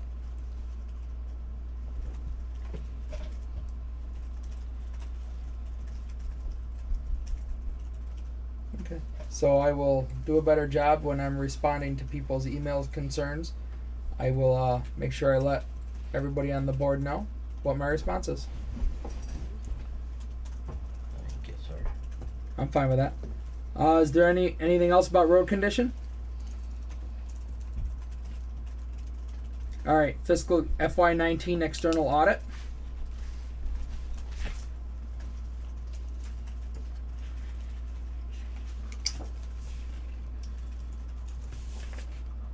Did I skip something? That's the next thing on the agenda. Yep, that's Okay. next. They were out of order. All right, so external audit. So we have a letter. Let's see. We have engaged Bonadeo to audit our financial statements for the next year ended June 30th, 2019. In connection with their audit, they would like to make inquiries and examine your work papers. This is basically authorizing them to communicate. It's the letter giving them permission to communicate with the previous auditor. Yep. Yep. And to come in and access our. Yeah, and then come in, because that's what they're waiting on. All right. Brian, what is it? Brian, I'm sorry. Were It's these a letter forwarded from electronically? the I'm sorry, Marlena? I'm sorry, what did you say? It was a letter from the Bonadio Group asking for Uh, our permission to communicate with the... Well, everybody should have got an email. I'll read it out loud. We have engaged Bonadio and Company LLP to audit our financial statements for the year ended June 30th, 2019 in connection with their audit. They would like to make inquiries and examine your work papers for the audit of our financial statements for the year ended June 30th, 2018. We hereby authorize you to respond fully and without limitation to their inquiries. Please follow our auditors. Please allow our auditors to copy any information needed from files related to our financial statements that they request, unless proprietary in nature, and bill us for the reproduction costs. We have represented to our auditors that we are not involved with your firm in any disputes about accounting policies, auditing procedures, or similarly significant matters, and that we have paid in full for all the services rendered by you to date. You will be contacted by Joseph Hero, I'm sorry if I mispronounced that, CPA, or Tim Doyle, CPA, of this audit firm concerning these matters. Very truly yours, Brian Harris, Chairman, Pownal Select Board. So. I make And that's going to Mr. Billio? Yep, to Ron Billio and Company. Okay, thank you for clarifying. Yep. I have another request regarding the external audit there. We as a board never got a copy of their proposal that they submitted. Can we please get that? We voted on that way back in the beginning. The proposal was put out by the previous board. The RFP was. We never saw the submitted proposal by Bonadio Group. We should have that on file. I've never seen it. I'm wondering if I can get a copy of it. Oh, okay. Linda, will you Yes. give her a copy, please? All right, so.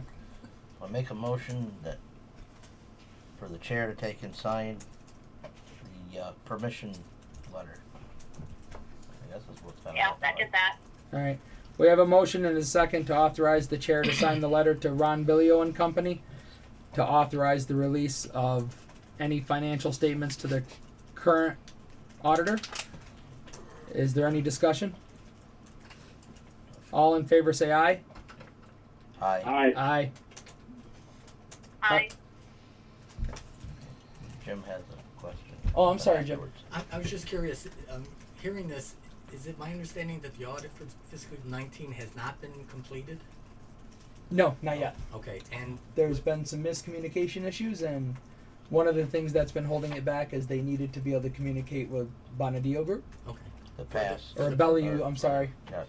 For the past. For the previous. Okay, I'm just curious for the budgets, what are we using for fund balances, undesignated funds, or where are we coming up with those numbers just to make sure that we're not in any trouble and not using numbers that are not correct?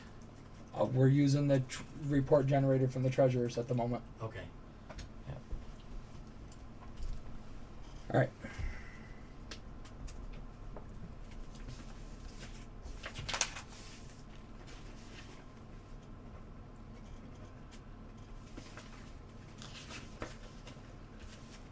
I'll pass those to Linda so we don't lose them.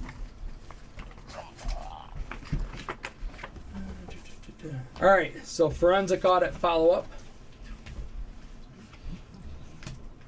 Did I never heard any communication back. Oh, there you are. You're hiding. I was. I was about to ask if you were going to call in. I was going to say I didn't hear back. Snuck in behind you. Sneaky. All right. Greetings, sir. If you will kindly introduce yourself for those on the phone that know who you're here. Sure, it's Jeff Graham from Graham & Graham, Springfield. We are the group doing the forensic audit for the town. Okay, so welcome. Thank you. So we got. Bring the phone a little closer to him, please. You wouldn't be the first person that said that. That was one of the common complaints You last have time you were such- here. You have such a very soft voice. Okay. All right, so we received a letter from you with the last statement for December, along with an amendment to the engagement letter. And the original engagement amount was for $49,000. The date of this amendment is 12/20/2019. Description of changes: fees for forensic services for the period prior to fiscal year 18 and 19 for fiscal year ending, or fiscal year 19 and 20 in progress. Service: continue original scope of work authorized. Focus will be on internal controls over transactions and policy, manual documentation, procedures, accounting standards. Estimated completion date March 31st, 2020. Estimated increase in fee is $24,000. I believe that's 24,500. Yes. Or is a 6. It's 5. Information required. Financial documents in church blog storage area. Anyway, we asked you to come in to discuss the added increase in cost, and I can. That's. Want me to do that now? Yes, please. So you have a lot of stuff going on here. When we came in and did the original $49,000 worth of stuff, we had a lot of transactions that we didn't expect to see. That we sort of went through what we think is a copious research and started to put together a report on it. We're not finished with the scope of the original 49,000, so that would be continuing the original scope to what we think would be the end of the project. So one of the things that we see, and I think we talked about this when I was here last time, is you have a system that doesn't have a lot of methodology to it. There's not one standard internal control policy that covers all of the transaction from very start to very finish, including the financial audit. So when we go through some of the records that you have and we go through the process you have, we find that there's a lot of items that weren't really authorized. Not that they weren't seen by the appropriate person, not that they weren't recorded, not that they weren't reconciled, but you don't have a system that's used for, all the way through the work that we've done. So we find that different transactions have different methodology employed. And I think I had mentioned that person number 1 does work, and then it passes that along to person number 2, and that person should be checking number 1 and signing off to send to number 3, 4, and 5. And as we went through some of the records, for instance, for the town clerk, the current town clerk, we found that the records didn't, there's carry forward balances, for instance, that didn't actually follow from invoice number 1 to invoice number 2. The hypothetical would be there was a $520 balance that hadn't been paid from an invoice that was carried to the next invoice that was due to the town clerk. When we saw that, the actual dollar amount was not 520, it was something else that had been carried forward. And so when we saw that, we're thinking, okay, you have a system that doesn't have that consistency, that person with a very specific task to look for that sort of stuff. So we had to sort of slow down the process of going through all of the other things that we saw or thought we would actually get to in the first 49,000 so that we could focus more on those things that we saw problems with. And the town clerk is certainly one of the items that was of concern to everybody here and was part of our original proposal.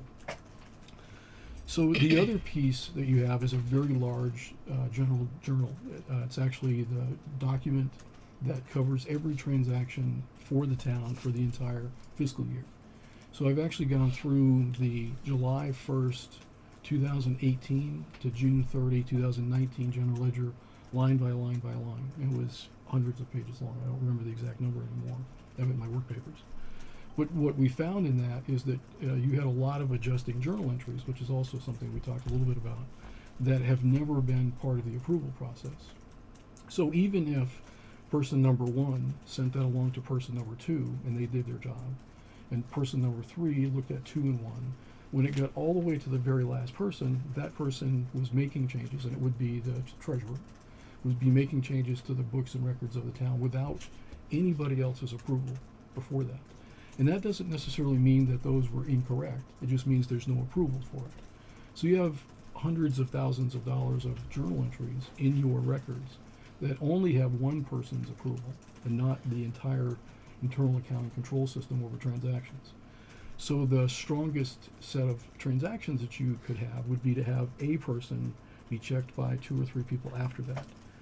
It would be one thing if the adjustments were made by the first person and everybody else after that had a chance to look at them and approve them. For instance, was it road maintenance or was it building maintenance? So when the last person in that line makes those changes and everybody else that's approved it as road maintenance doesn't see that it's actually being moved to building maintenance, that's a weakness in the system. So we've bogged down our work a little bit by looking for all of those transactions. And when I started to make a summary of the adjusting journal entries, there were hundreds. So the actual work that I would have done, I thought, was to breeze through some of those adjusting journal entries, thinking there would be just a few, and there's way more than that. So part of the extension of time and part of the extension of fund requests is to actually take a look at those transactions that are probably okay, to be candid, but haven't had that level of approval that is the typical and mandatory, really, set of accounting controls over all transactions. So when we did that for the adjusting journal entries, we were also at the same time looking at the town clerk's activities. And I think we reported that of the 60 weeks that we looked at, 39 of them were incorrect.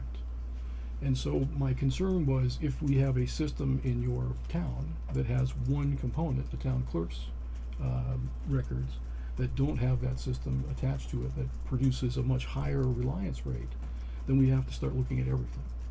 So we couldn't really just look at 1 and 5 and 10 and say, yes, each one of those really met your standard of having a proper approval and no errors, and we can kind of skip through that. We had to slow down and say, okay, what other stuff was actually in that category?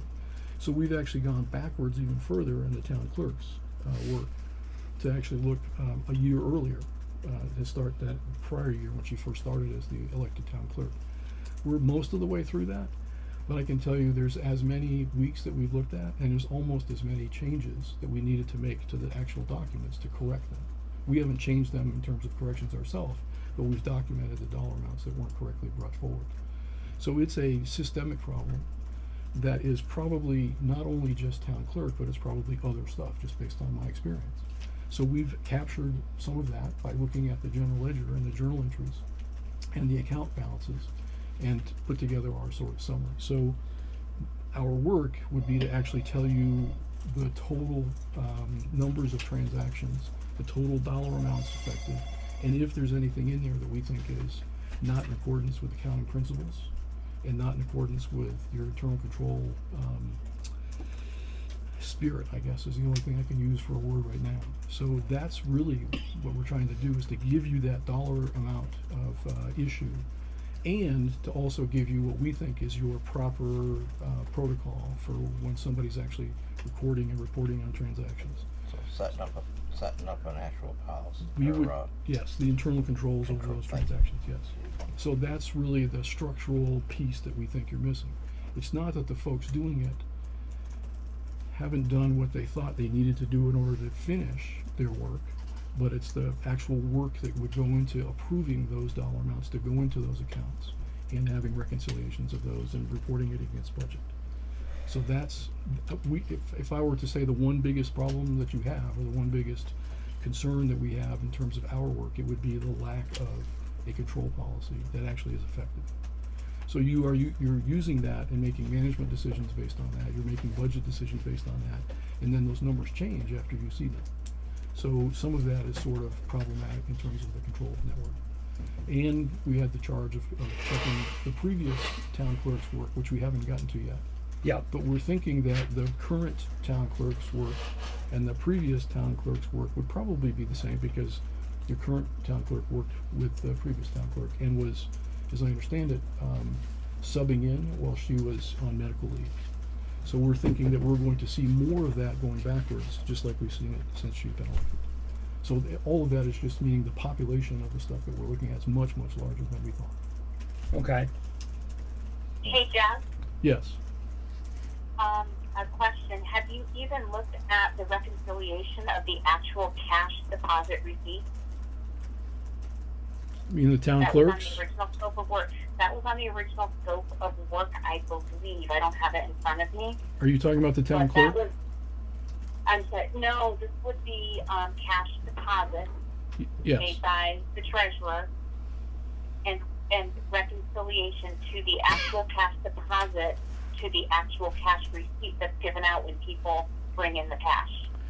So we have started that. That was one of the concerns that was brought up, was that the actual cash receipts are not being viewed in order to reconcile against the statement. So we've started that. Dave Fox is Okay. actually working on that part. We're using that in connection with the town clerk's cash activity as well, because we think that they're going to be needing to be looked at together. It's one of those items that we've started, got quite a bit of work done on, but have not finished. And so we call it a proof of cash, by the way. That's the term that we would use. It's a very specific procedure to go through not only just cash, physical cash like dollars and cents, but all of the deposits and the bank statement activities to see if the proof of cash actually produces the dollar amount that we think it would, given all of the historical facts that we see. So when we finish the other parts of Dave Fox's work, we would actually have a completed proof of cash for all activities, clerk and town treasurer. Thank you. You're welcome. The other piece that I'd like to do as part of my work would be to receive the electronic version of your, what we call the general ledger. So the general ledger is that document that's several hundred pages long, and it has every transaction that's ever been recorded into your books. And it's by account name, so cash, checking account, receivables for taxes, receivables for water and sewer, whatever it is. You have several hundred accounts, and you have several thousand, tens of thousands of actual transactions. It's fairly easy with somebody that's seen Nemrick software, me, for 40 years, to actually go through that and pinpoint something that looks odd for that particular account, or a timing issue, or the way and the mechanism that it was actually put into your books. So I sat here one day, literally the entire day, and I went through the year 1819. And I could identify many of the items that I thought that I needed to do follow-up with Ellen, and I did. I spent quite a bit of time talking about the kinds of stuff that I saw. I'd like to do that for the year prior, the 17-18 year, because I think that would give me the trend of what was happening in the 18-19 year going back that 1 year. It also would cover potentially part of the town clerk's work. So set that aside for a second, I want to come back to that. So you have a checkbook that's in the town clerk's hands that's actually not part of the actual literal detailed transactions for every transaction that went through her office. And I see that as sort of problematic because the audit, the financial audit that you were talking about with the Bonadillo group and Bolio from the year before, is an umbrella of all transactions for every account that has something to do with the coverage by the town. So you have insurance coverage for everything. You have financial transactions for everything. The town clerk's transactions don't go through your books the same way that all of the select board's transactions do. And I think that that's also one of those control structures that is lacking. You should have all transactions for everything that has to happen inside this building so that there's a full reporting. So I had made the recommendation, we talked about this with the ID number, that really one ID number be issued for the entire town, that you shouldn't bifurcate that apart and have the town clerk with one and the town treasurer with another one. Because she has her own, therefore it doesn't actually fall under that full scope. So if you can just imagine, and we had asked the treasurer to supply that EIN number to the town clerk, Yep. and to my knowledge, she did. yes, I believe that's the case as well. So if you can just imagine 90% of your transactions are covered by your audit, but the other 10% is not. And in terms of their scope limitation, I believe they actually all had a scope limitation if that's what they were doing in the past. And a scope limitation precludes a financial auditor from actually issuing a report. So professionally, technically, I think that you have an issue with your prior reports because there's a portion of your books that weren't audited.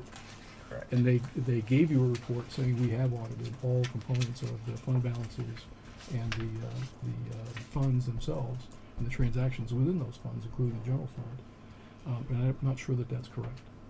Okay. So I plan to have a conversation with the current auditor and potentially the prior auditor to make sure I understand what they had or didn't have from that piece, because I would want to make sure that you also have that piece of information from me when we get done. And that would be a couple-hour conversation, a couple-hour review of documents, per year, for a fiscal year. So that's potentially part of the second part of that. I don't have enough information on your transfer station yet. One of the things that I would continue to work on would be cash and transactions themselves at the transfer station, because that also should be covered by the same internal control policies. You should have a system that says when somebody comes to the transfer station, here's what happens with financial transactions, and lay that out, and then have somebody actually go back and look at that. So that potentially would be elected treasurer, elected outside auditors, or local auditors. There is something in place with, they have a, as they're collecting cash, they're pumped it in, it's got the ticker tape. Okay. So he can do balances and all that stuff. I haven't seen those recorded. I was gonna say he brought a report in for us on like how much of what is collected. Yeah. And that's what he was basing his budget estimate off of. So I don't see all of those in your records. Okay. That's my point, is that you have all of those transactions that happen, but a portion of them don't actually find their way to your general ledger. Does Tom have copies of that here? I don't They're know. available. There- You'd have to ask. So it's on our They list don't of go things for to me. follow up on. Hey, Jess, Yes. it's my understanding that the tax ID number for the town has been provided to the town clerk, but there's been no action taken at this time. I'm not sure if somebody's waiting for a board directive or if somebody's waiting for somebody to explain to another party what they need to do and how they need to do it. So we know that the number's been given out, but there's been no action on what to do with it. You're reading my notes here. So one of the items that I have this evening is the control structure is one where the select board and the treasurer and the clerk all basically get together and ask for permission to change account names, change account numbers, because in concept and in theory, the clerk shouldn't be changing account numbers on her own. The treasurer shouldn't be going on her own. That should be from some resolution and directive having to do with all the parties that are elected, so that you have an official record of an account being opened, because the auditors, in essence, are going to need that official record of it being opened with permission. Otherwise, you have a random account out there without it going through the records here and or other spots. So part of my notes would be to follow through on that, give permission for these accounts to be changed as part of your public record, because then the auditors will look at those notes and actually go look for those account changes. Bob? Yeah, so just a couple of questions and maybe some comments. If I understand it correctly, well, one is I from a timing standpoint, this doesn't sound like something that's urgent. It's something we need to have happen.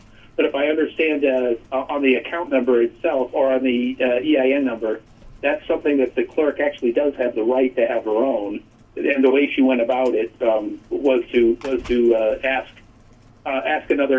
the I forget the name, but it's the town clerk that is sort of the go-to town clerk for all of Vermont Town's clerk. So I don't think we can compel her to do it if she doesn't want to, but she does have a right. And one is so I just want to make sure that and two is I don't think there's a time. It's not like something that has to happen this week. It can wait. It can wait a little bit because we've been doing it this way for a little over a year. So I'm not sure I agree totally with that. So let me give you my side of that story. So let's just say hypothetically there was a problem with those accounts and there was money missing. If the permission wasn't there to have that account open with that account number, would you be covered by the Vermont League of Cities and Towns insurance policy? If there was proper approval for that account, and the auditors knew about that, and you included that in all fund balances, and something happened, then you have a potential ramification against the financial auditors. So my concern would be that you have an unauthorized, I don't mean that in a negative way, but an unauthorized in terms of this board account out there that's not part of the meeting minute notes of your board, that may not be reported to the League of Cities and Towns properly. and then you might have the risk of having it not covered by your insurance policy. I'm not an insurance person. I'm not going to claim to be one, but doing audits and being in this environment, I've heard that concern before by those folks that are insurance and legal related.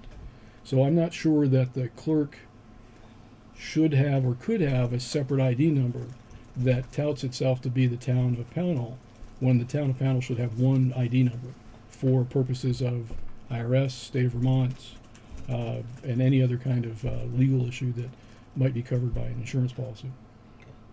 Okay, and the only reason I brought it up is because I know that our town clerk had talked at some length to the head of all town clerks for Vermont before she took this action. It would be the Secretary of State's office, maybe?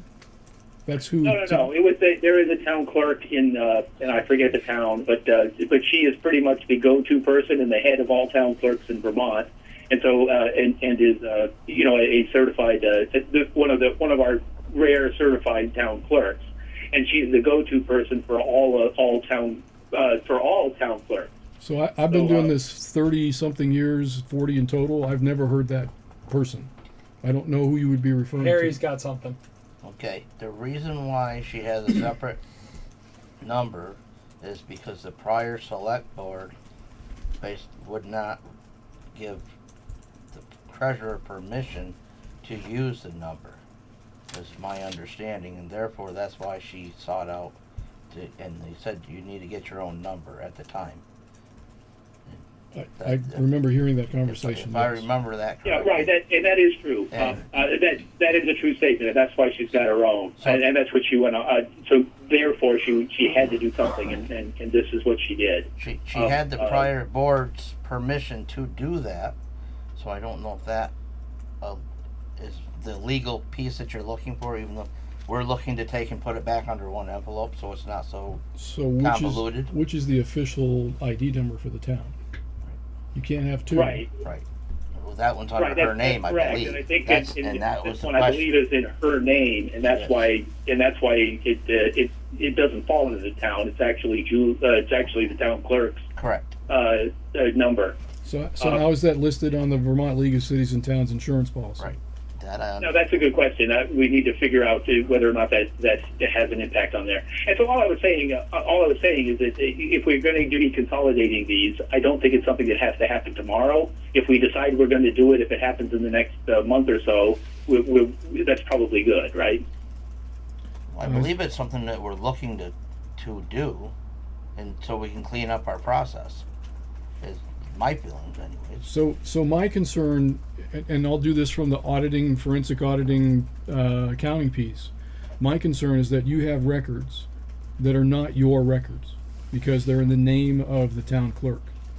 And so you have restrictions on access to those records, which I think is in conflict with Vermont statute, because all town records are accessible in some sort of a request that comes to the select board for Freedom of Information Act.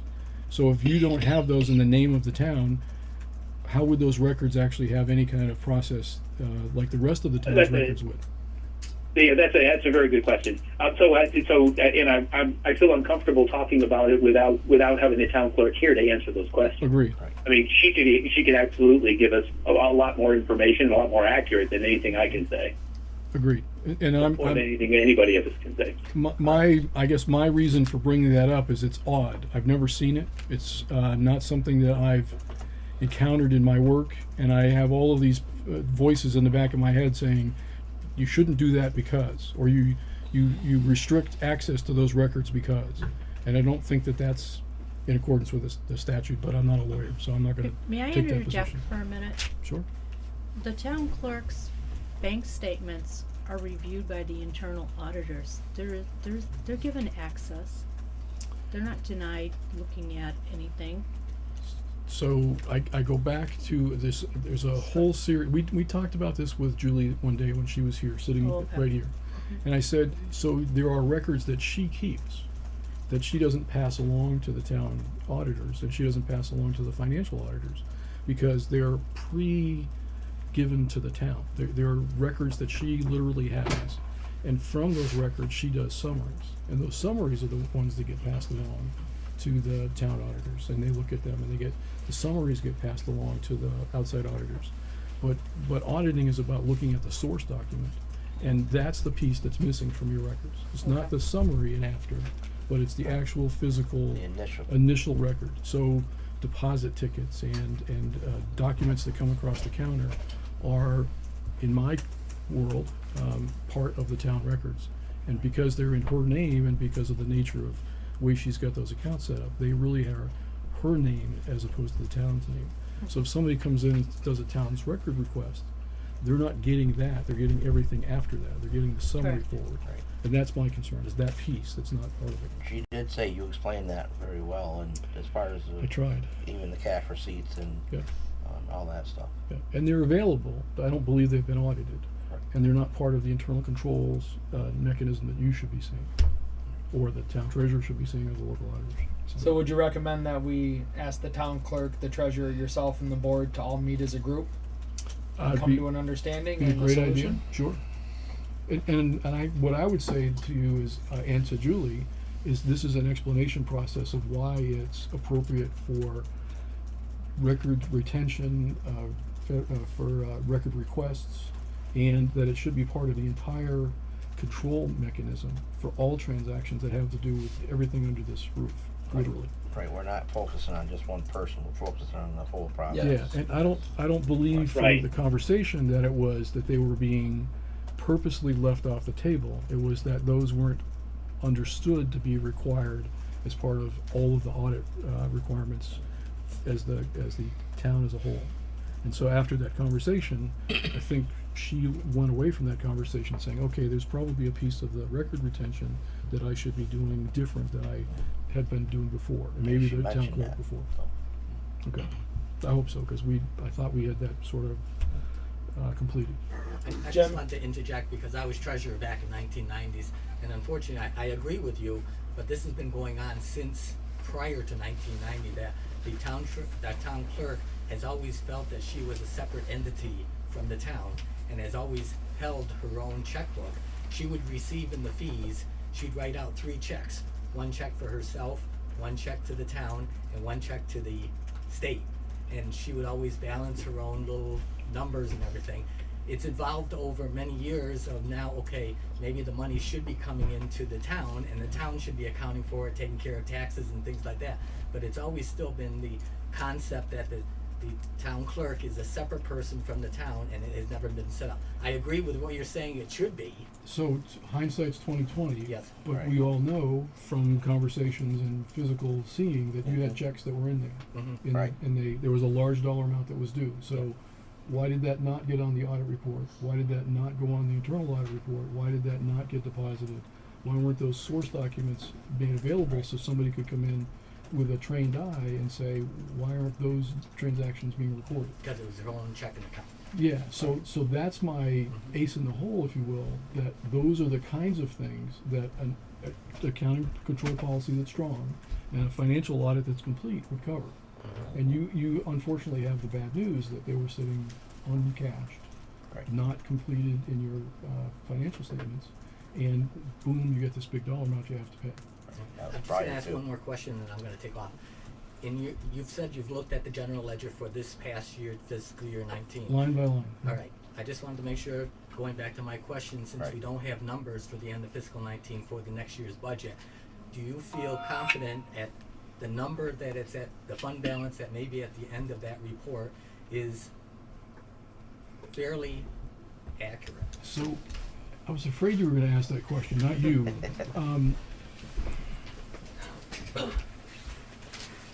So I don't want this answer to be totally assured and totally not assured. Someplace in between. I want to play Switzerland for a moment. The transaction types and the process that is in that fund balance or those fund balances has a lot of activity. I guess. That activity could be totally correct, or it could have some errors in it. When I went through my list of all of the stuff in the fund balances, I have about a dozen questions. Now, it doesn't mean that my questions aren't going to be answered, that all those transactions are corrected, but I call it my watch list. So I would go back to those dozen transactions and actually bring those to their logical conclusion to be able to answer just that question. Okay. Do I see anything in there that concerned me so much that I would have come to the board? No. We had a great conversation with the treasurer about all that stuff the day that I was looking at that, back and forth. So I don't see anything in there that's problematic, but I haven't done all the work that I would like to do in order to make sure that I know that the fund balance only has the stuff in it that should be in that particular fund. Okay. So road certainly is different than general fund, and that would be my concern, that you might have something in the road that's not supposed to be there, or the general fund that's not supposed to be there, and it would be an easy fix to have that done. It doesn't mean there's any money missing, it just means it's in the wrong silo. Okay. And I'm saying that I don't know that for certain, so I don't want to go on record saying it's a problem. I just want to say that I haven't finished my reconciliation. True, but similar to what you're saying, it's very similar to fiscal year 18, where the auditor came here and said that there were a huge amount of errors. Unfortunately, he did not put in there that they were not monetarily monies being missing. It was more of journal entries that were made in error because the person maybe doing them didn't have the knowledge of how they're being done. That I can't speak for them, Yeah. Right. but I do recall that there were some of those conversations in the what we call the communication letters, one of governance and one of controls. In the controls governance letter, there were those comments made. Okay. And I should be able to reconcile the 17-18 along with the 18-19 when I finish up my work. Okay. Assuming that everything else in the audit report is clear, it's a math problem. What happened in the road and the difference between the beginning of the year and the end of the year should change the fund balance and the general fund as well.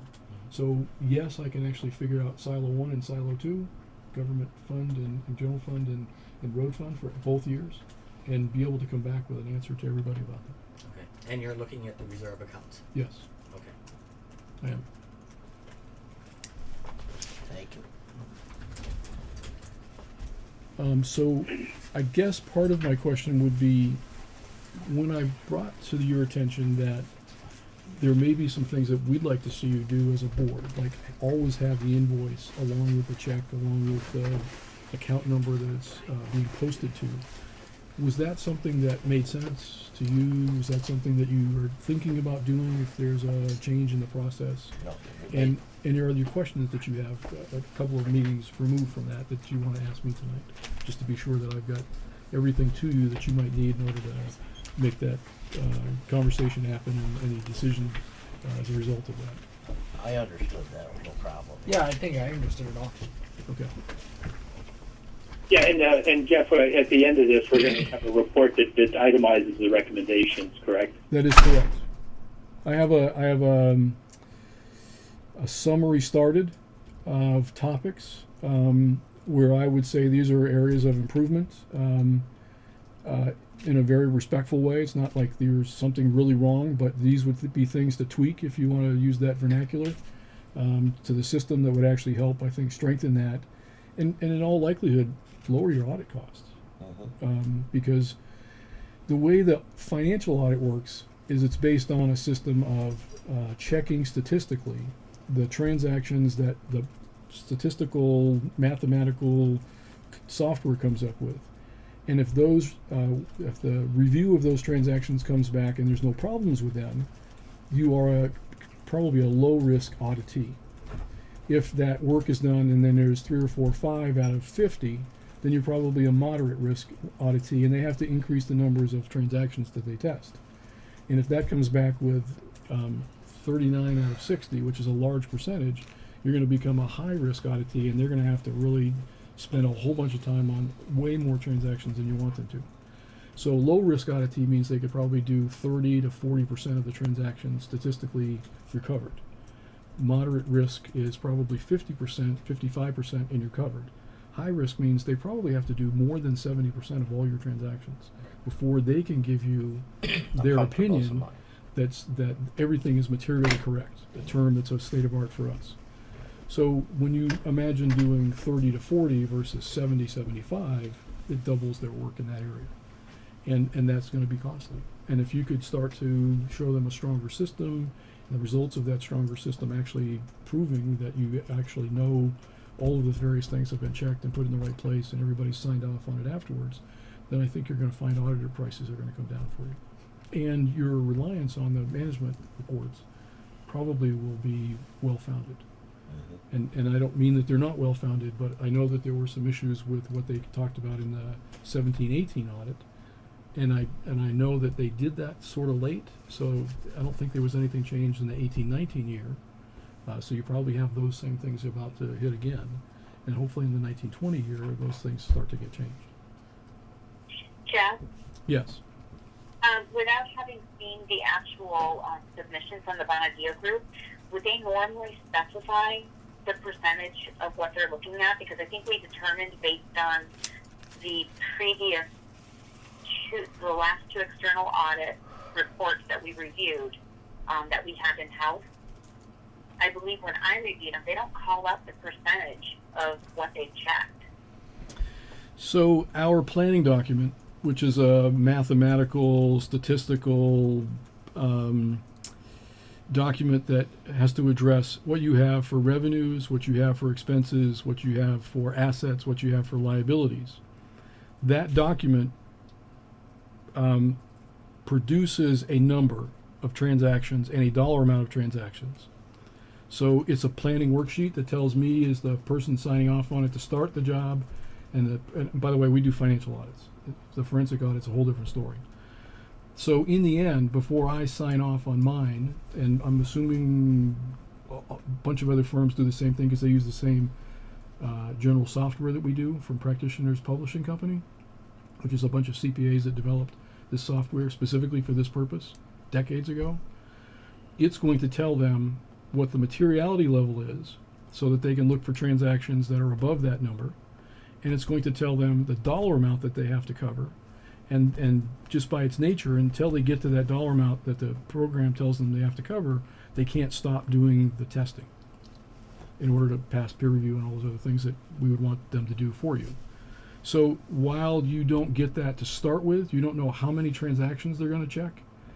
If you're a high-risk auditee, chances are pretty good 70% of all your transactions are going to get looked at by somebody. And they're going to start with the largest ones first. Drain that glass a little bit to get it down to the point where everything else is a smaller number that they can look at on a statistical basis. But the draining down is almost 100% of the transactions. So they take the largest transactions and they go from the largest down to maybe something that's right at the materiality level. And I'm going to guess for you it's probably a $50,000 transaction that's material versus not material. So if you had dollar amounts that were, say, $300,000 transactions between $50,000 and $300,000, excuse me, if you were a high-risk auditee, they probably check every one of them. And then they would statistically look at the other 50,000, which might be another 60 transactions, just take a number that might be representative. So when they get done, they've looked at 70% of all of the dollar amounts of all the transactions, and that gives them the comfort level to give you an opinion. That's if you're high risk. But if you were a low risk, they could probably look at 30 to 40%. And if everything made sense to them as they were going through and all of the procedures were in place and all the proper signatures were there and everything reconciled and nothing came to their attention otherwise, they could stop at 30 to 40%. If nothing flagged, then they didn't have no reason to. Right. So that's not a 100% test, but it's based on experience, it's based on a process, it's based on year after year after year compliance with that process, and that's what makes you low risk versus high. But by the way, I think you're high. You're going to be a high risk auditee, just because of the nature of the complaint. But you don't publicize that, but you talk to other accountants and tell them that. I wouldn't tell them that. That's really theirs to prepare. I shouldn't be telling them what to do. If they're using the software that we use, which most everybody does in the country, they're going to figure that out themselves. So, auditing 501 tonight, sorry. Excuse me. So, but again, we're not finding anything. We're not finding anything that we suspect so far that would be nefarious. But we do have processes that we really need to shore up.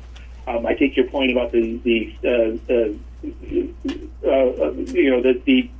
audits going forward, and statistical analysis, meaning that the less tight our processes, the more transactions you have to audit, and it certainly extends audit. Correct. And you also have the risk of either mistakes or opening the door to something that might be less than honest. But we have no indication at this point that there was anything dishonest happening. Just that our processes aren't tight enough to prevent that from happening. So yes to all of that, by the way. And then I think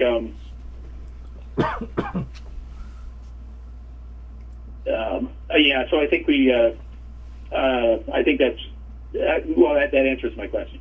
And then Jeff, I also wanted to say that since you're back here, that I really have appreciated the professionalism and the objectivity that you approached this with, Thank you. and talking to all the right people. I have high confidence in your output.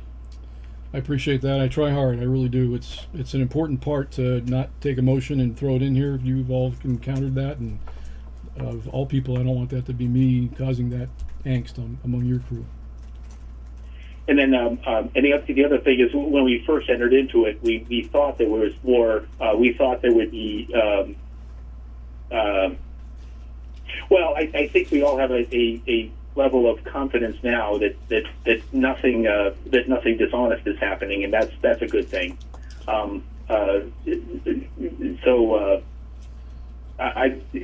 My recommendation is that we as the board put this on the agenda for the next board. Give us a chance to discuss it and see if we really want to go in with the rest of this. Right. And unfortunately, the reason I say it is, 24,000 is not a drop in the bucket. That's a lot to our taxpayers, and it doesn't look like we're going to recoup any of that. Understood. Other than tightening up our processes, but I think we've got a pretty good idea of the processes we need to tighten up. Agreed. I think from the discussions that I've had with the folks here in the office, and hopefully with your board, that you've got a pretty good idea of the places that we'd like you to go to. And certainly when I wrap this report up, regardless of what your decision is on the addendum, you'll get that report that has all that stuff listed. How much is the addendum? Thanks a lot. 24,500 in addition to the 49,000 we've already spent. Did I hear a voice in the background someplace? Yeah, Was it Marlena? I have a question. It's Marlena. So if you don't move forward with we'll just call it the phase 2, you wouldn't be completing the balance of the review of the currently open case with the previous town clerk. Correct. We don't have those records yet, and I think part of it, and I'll tell you that by looking at the current records, I have a really good idea what I would want to look at in the prior records, meaning current town clerk versus prior town clerk. Instead of it being we're still finding piles of checks in the vault. Yeah. Pages of books. Instead of it being the needle for. in the haystack, it would be a very directed research project on our part. At this point, we really know what we would look for. And I do believe, Jamie, if you can jump in and confirm, the Vermont State Police that they can't do anything else regarding that unless there's a forensic audit that completes some portion for the Vermont State Police to then finish up their end of things, correct? Yeah, that's what they said. That the town had to spend some money to take and look into it before they could take and make any further follow-up. So, and I don't think we've even reported out to the public how much the town has already spent with all the monies and whatnot that we owed the state that were found in boxes and in the vault in various places. I thought it was reported. Yeah, that was all reported the last board. Yeah. When VSP was called and the whole 9 yards. The report itself is available, and it has a lot of those dollar amounts and those transactions in it. Yes. So I guess the other question would be, have you talked to the Vermont League of Cities and Towns claims manager about the situation that you have where the state police has started and hasn't finished that, because that would be covered by, and I'm not going to speak about insurance because I'm not an insurance person, but that potentially is covered by your policy. So, My understanding is that they wouldn't because the investigation was still open. Correct. Right. I agree with that part Right. because we've That's- done work for Yeah. clients that have gone after our work and asked for the monies. And that's what was kind of the whole encompassing thing on what started our conversation about hiring a forensic auditor. Yeah.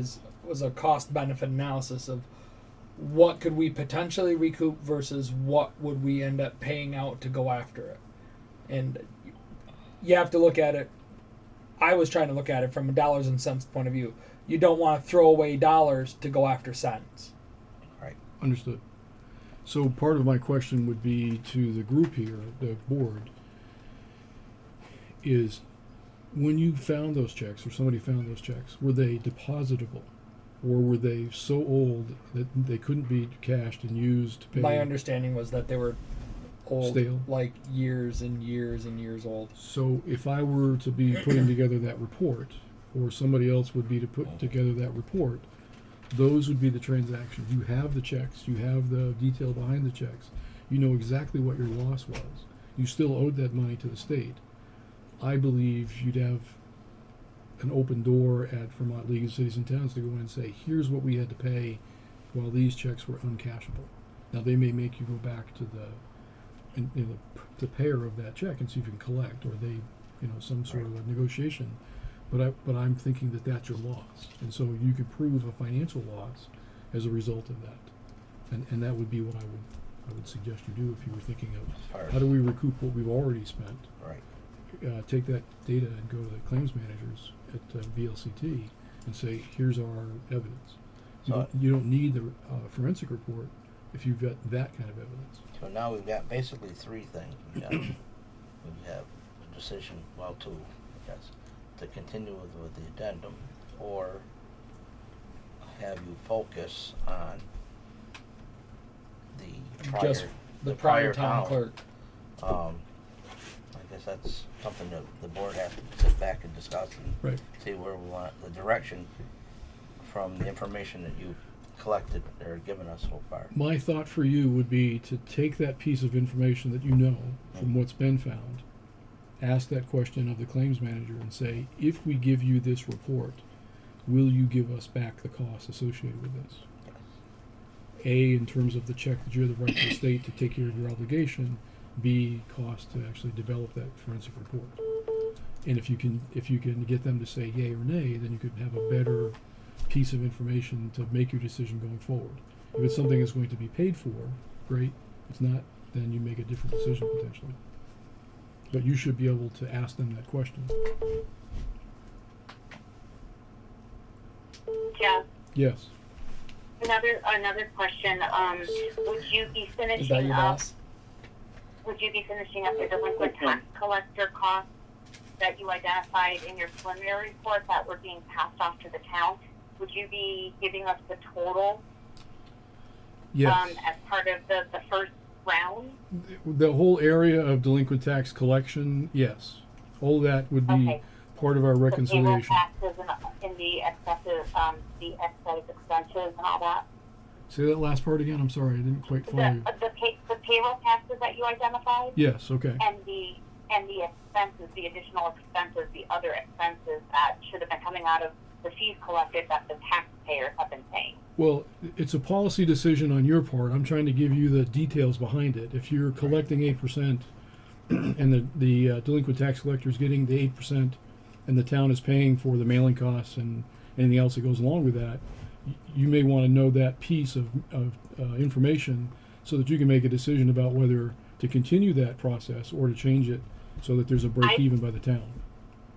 I found no documentation that supports that. So, Linda, if you've got documentation you can share with the board to let us know if that was an approved process, please share. Are you talking to me, or I'm not? What are you talking about, Marlena?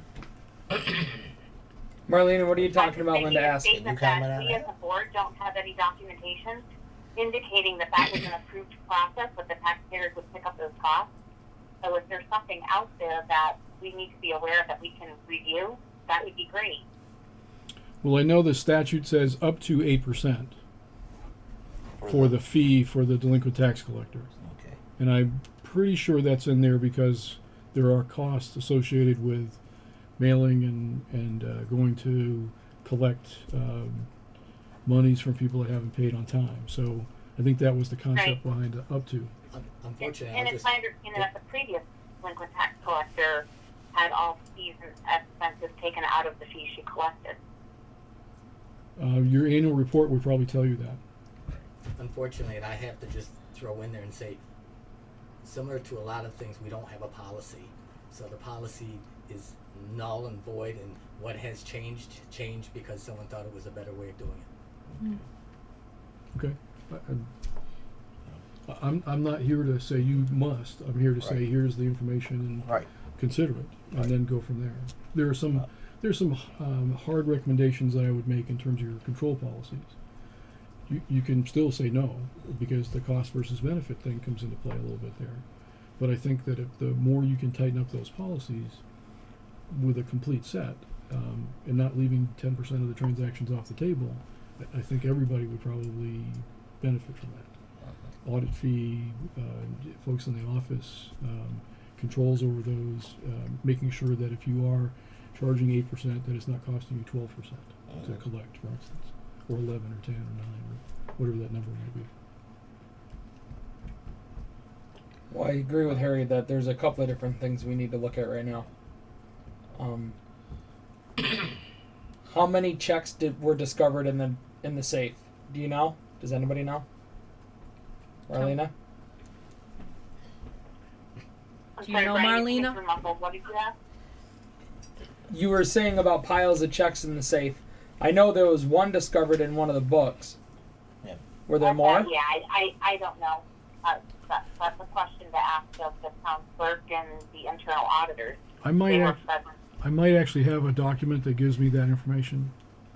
Going by memory, I'm pretty sure I have it, but I can't tell you the number at the moment. I know at one point Julie was trying to reconcile all the old checks, and she was keeping, I think she was making photocopies and keeping a log, trying to take and make some kind of sense out of it. Yeah, I know she said she had gone back so many years. So. And I think she also said that there were a couple boxes in the vault that still had checks in them that she needed to go back and do whatever it is she needed to do with them. I remember she said there was a couple of boxes she hadn't got to yet. Yeah. There was something that was recently found, and she didn't know that there was checks in there until... I think it was they pulled out one of the books off the shelf and opened it up, and an old check fell out of it. Right. I mean, obviously all this was prior to her starting as a clerk. Right. In your opinion, will the claim be honored knowing that for many, many years the town clerk has been an independent person with her own checking account? I'm not a lawyer and I'm not an insurance person. It's a legitimate question. I'd be less than candid if I told you I knew the answer to that. Yeah. So. That's going to be something that's going to have to be a well-worded email to Kelly Condestin, who's the lady who's the claims manager. Yeah, what were their names? Kelly, Mrs. Kelly Condestin, Kindestin. Could you spell that again? Kindestin. Kelly Condestin. She's the claims manager at VLCT.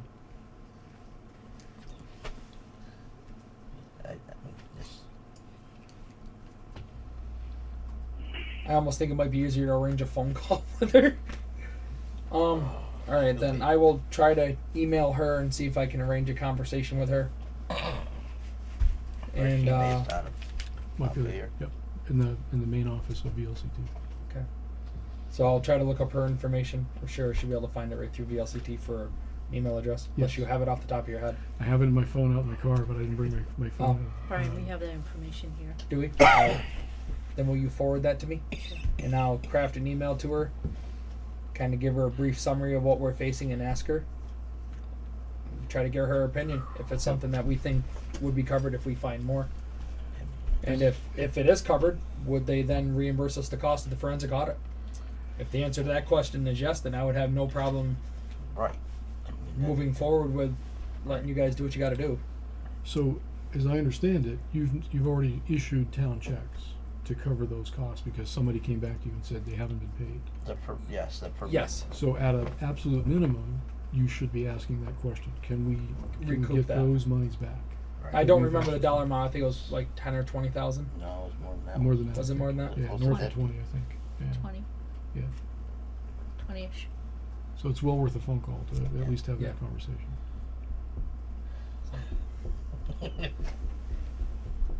And It just seems like no matter how much we no matter how much we try to improve it, we just keep.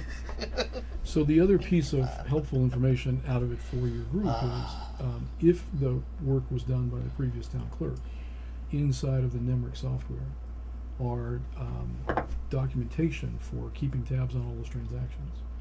And you may need some help from the NEMRIC staff to be able to pull this off, but you should be able to go into their software and see page number and description of what's actually in there if your town clerk entered all of that.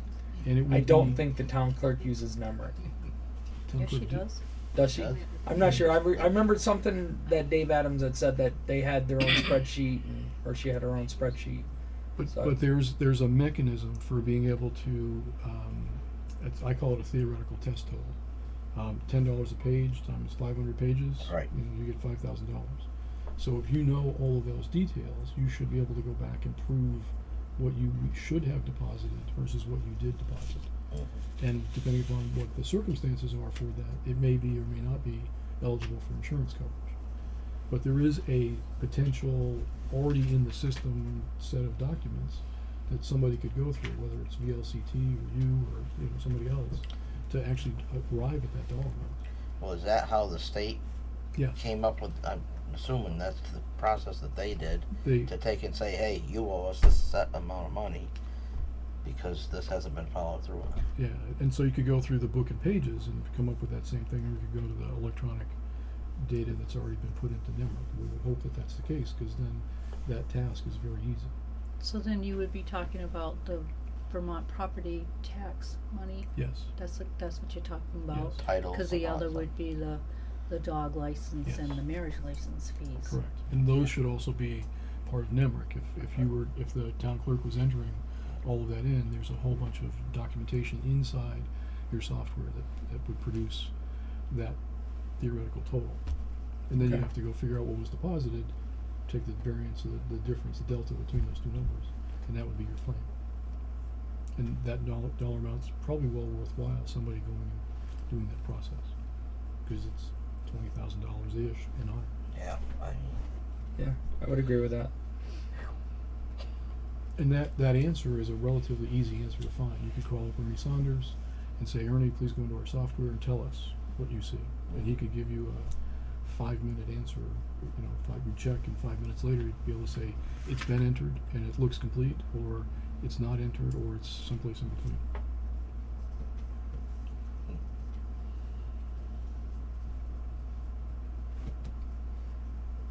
Okay.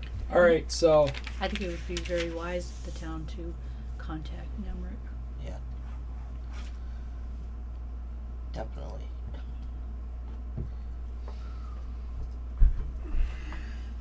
well, would you like to contact NEMRIC and I'll contact VLCT? Sure. I'm sorry, were you asking me a question? No, I was No. asking Linda. All right, then I guess right now, I personally would like to hold off on signing the addendum until we get an answer from VLCT and NEMRIC and find out. Let the board meet. Because if we can get reimbursed for this through VLCT, through the claims department, I'm more than happy to continue with this. Yeah. And especially if we can get some of our money back. And so my recommendation would be, like what you just said, that we do some contacting, get some information. Yeah. So, is the rest of the board okay with that? Yeah, probably. Yes. Yeah, I agree totally. I want a much higher confidence level that the extra expenditure is going to net something return to the town. Exactly. It comes down to, is the juice worth the squeeze? Yeah, I don't want to go throwing potentially close close to $100,000 by the time we're done to Yeah. recoup nothing. Right. Other than learning that we need tighter controls, which we already know that, and we're going to get that detail and report whether we Yes. keep going or not. Mm-hmm. So, all right, then I guess we're going to hold off then. And I just want to update on the status of our work here with the crew. Everybody's been great. And I don't mean that to be anything other than very factual. We had a rocky start, that quickly, I think, resolved, and everybody's been helping to the nth degree. So I just want to assure you that we're not being slowed down by that. We're actually aided by all of their extra help, and we really appreciate it. So thank you very much. Fantastic. Please Thank you pass for that along saying. to everybody. Hey, Yeah. Jeff. Yes. I just want to make sure I jotted this down. You did say when you first started that we're not applying standard accounting practices to our processes, correct? So that's a two-pronged answer. Accounting practices for me is really two parts. One is the actual technical accounting, debit and credit. Did it go to the right account? Did it get valued correctly? All that sort of stuff. That's A. B is when the recording happens, has it gone through the process of approval? And I think the approval process is weaker than the actual application of accounting principles. However, you do have some adjusting journal entries that are posted, and I believe those are reliable, accurate. I'm not going to go jump off the bridge without the parachute, but I don't see the logic behind those as being. Mr. Jarvis had a term for it. I've forgotten it already, but it's not nefarious. That's the word I was looking for. So, yes, I would like to see a few things changed, and I would like to have a policy of how to apply those when they do happen. Talked to Ellen about those already, and we've gone through the process of why. So, yeah, you probably have, hypothetically, 20 transactions that are on my watch list, but in the end, they may be okay. And it may be that the dollar amount of the difference is tiny. And the issue is, are your financial statements materially and correctly stated, as opposed to immaterially and incorrectly stated? Those are very big differences, really, in my terms. So if you're off by $129 on a $2 million budget, or transactions that went through your account, is that really a problem? I would say no. It's accurate. It might not be precise, but the whole concept behind accounting is being accurate, maybe not always precise. And it's that whole cost and benefit thing. Yeah, you could be $129 closer, but how much more money would you have to spend to get there? So yes, there are some tightening things that I believe you should ask your auditors to really do their job too. And I can say that because I am an auditor, and I would want our firm to produce those kinds of recommendations and have our feet held to the fire. Does that mean that there's a problem internally? No, because it's a really highly technical set of accounting rules. There's cash basis, there's accrual basis, and then there's this crazy thing called modified accrual that deals with governmental, and it's not fair to anybody to have to understand those rules. And I don't mean that to be a smart aleck. There's a lot of stuff that goes into modified accrual governmental accounting, and you have to be an Einstein to figure all that stuff out. So it's not fair to judge one person on whether he or she knows all of that, but it's okay, I think, to judge that person on who they reach out to and who reaches out to them. And I think you should hold your auditors' feet to the fire to help with that process, because that should be part of the service they're providing.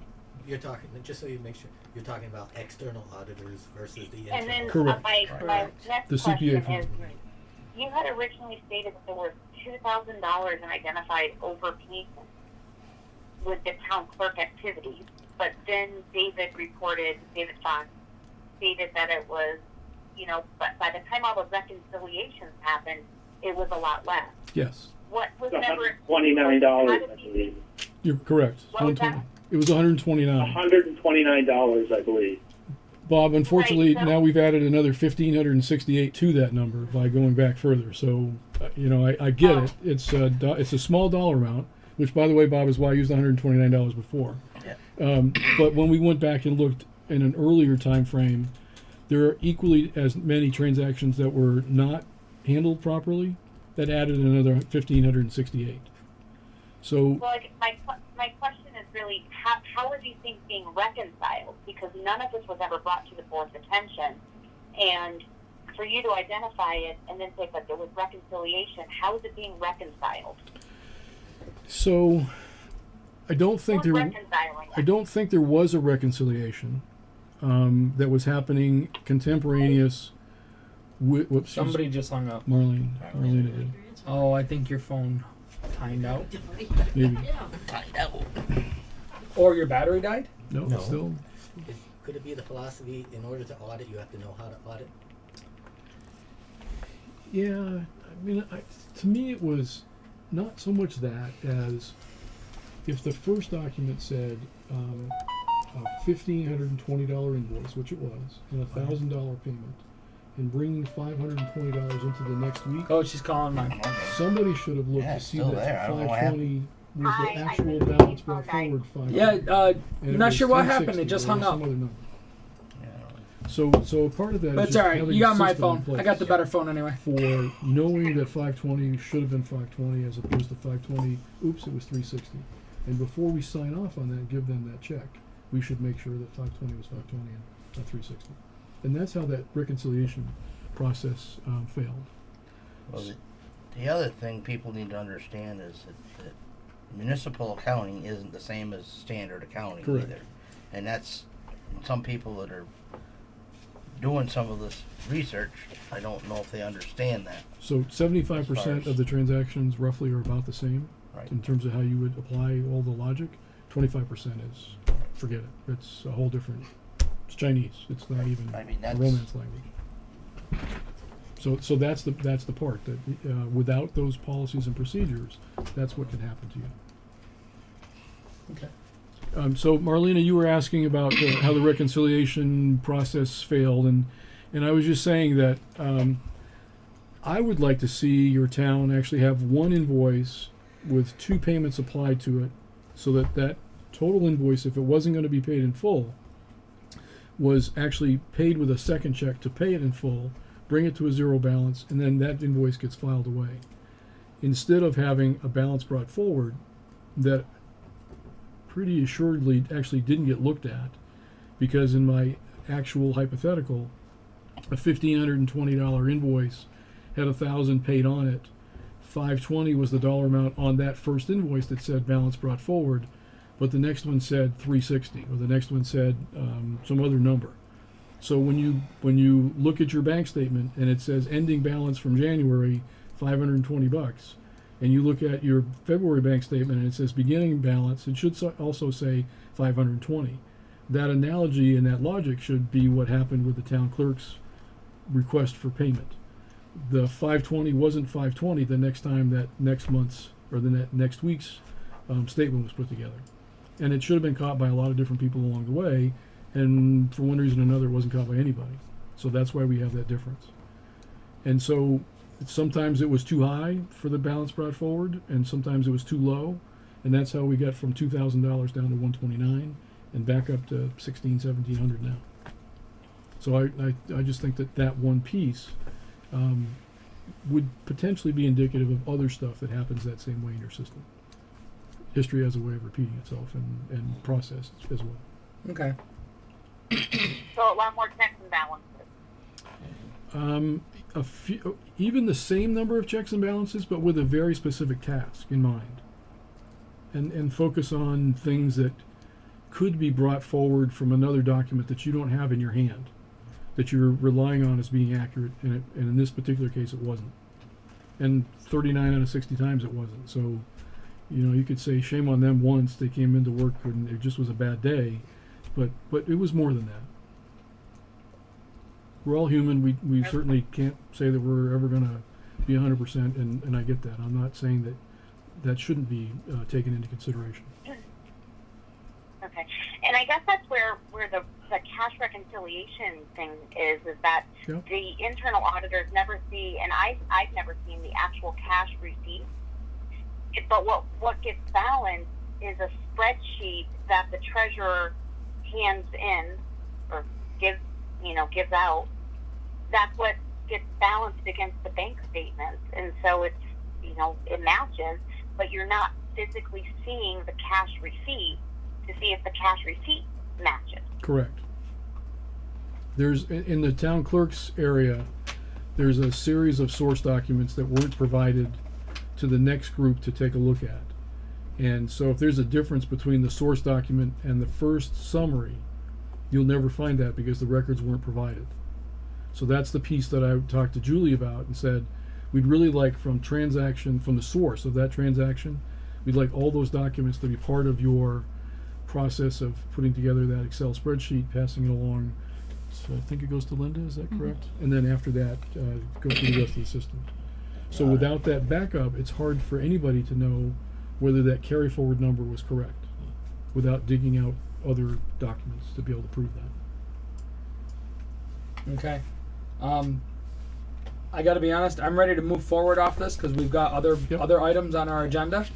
We've got a couple of action items to get further clarification from VLCT. Linda's going to reach out to Nemrick. And I owe Linda something tomorrow, which I'll email or thank otherwise. you. Okay. And then we'll Appreciate go the from work there you've been based doing. on the Thank answers. you. So Okay. thank you for coming Good down, luck Jeff. with all We your greatly appreciate it. rest of the Thank evening you. and stuff. Thanks. Thank you. Safe drive home. Okay, thank you. Thanks, Jeff. You're welcome. Okay.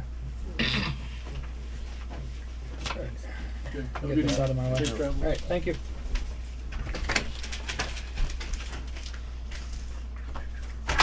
Here, pass that down to Linda for me. Oh, here. That's supposed to go up. That goes to me. All right, so the CUD ballot wording at our last meeting. Oh, forgive me.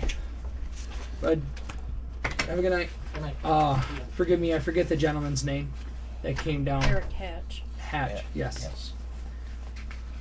About the CUD ballot wording. That's, So that would be that page right there. Yes. I didn't bring my copy. You have one in your So I got the ballot wording is shall the town of Pownal enter into communication union district, a CUD, to be known as the Southern Vermont Communications Union District, under the provisions of 30 VSA Chapter 82. That's the question as it was in the document. Yeah. Yeah. So I guess are we deciding today whether or not we're going to put this on the ballot? Yes. We have Yeah. to. Otherwise, we can't put it on the ballot. Yeah. So Okay. I'm, All right. I got you. I'm okay with it going on the ballot. Yeah. I am also. Let the people speak. And Yeah. Because it's no cost to the town. Well, it says it's no cost to tax, but to taxes, right? It won't change. It won't change your taxes. But if I understand it correctly, it's going to run similarly to like a water district, right? It's going to be a private entity, and the users become the users are going to be the ones that pay for it. Correct. End user. Right. So Yes. the end user, and that's the whole fiber optic discussion, right? Yeah. Wasn't that what that was? Correct. It was. So it's going to be competition to other internet services, basically. Or, Right. And I'm IT. just wondering how that impacts other internet services, right? I'm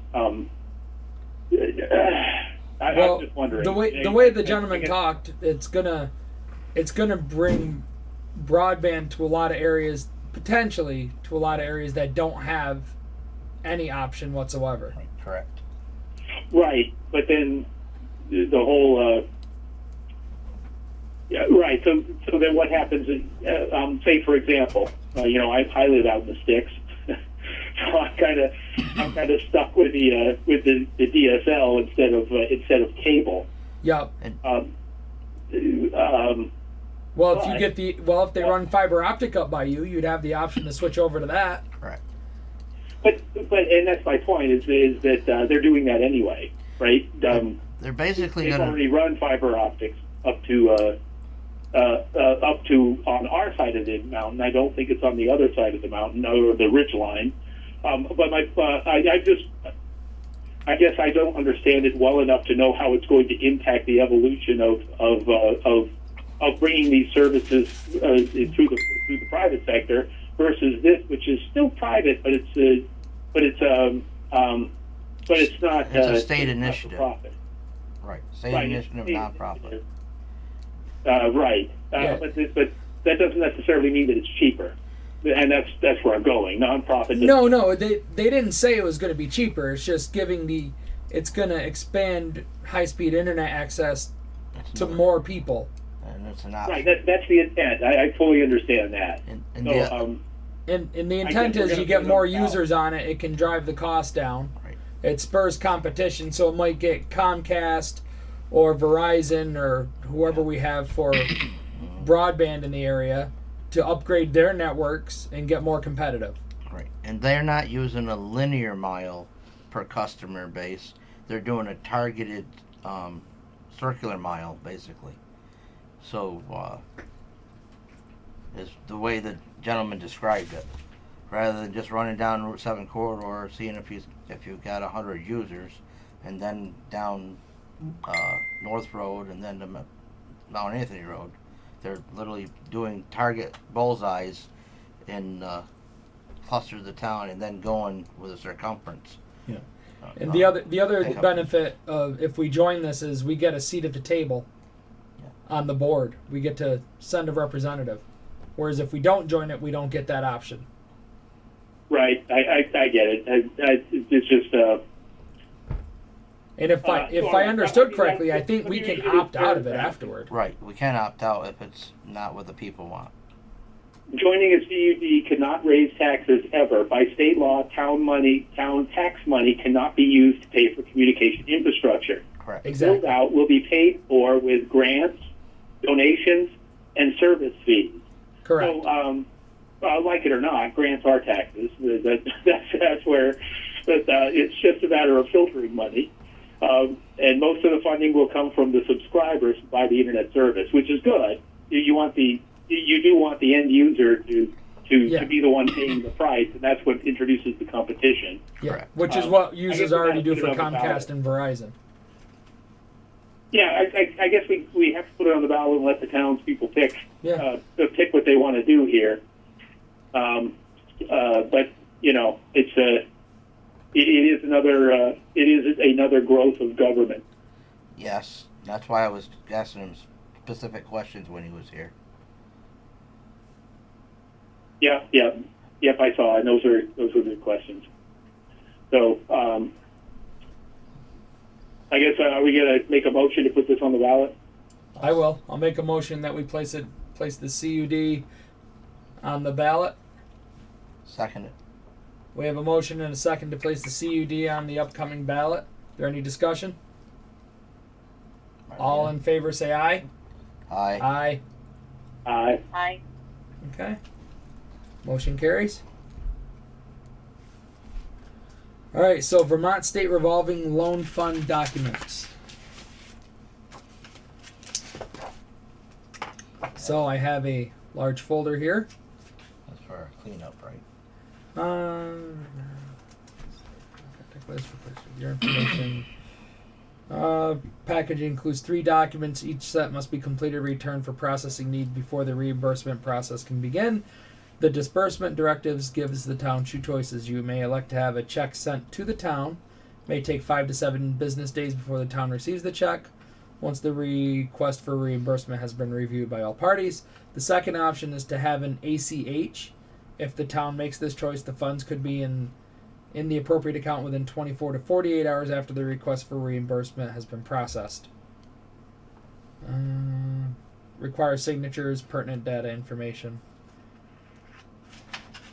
Okay. So we have the Vermont State Revolving Loan Fund distribution authorization.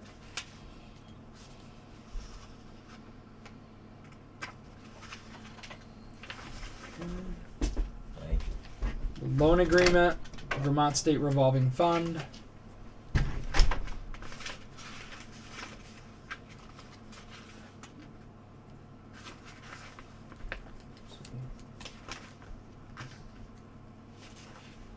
Project description conditions for this agreement. That wasn't what I was looking for. Exhibit C. Brian, want to read the amount off, please? I'm sorry, what? Read the amount of the loan amount. The dollar amount. The dollar amount. Sorry. It's $200 and something thousand. Let me get back to it.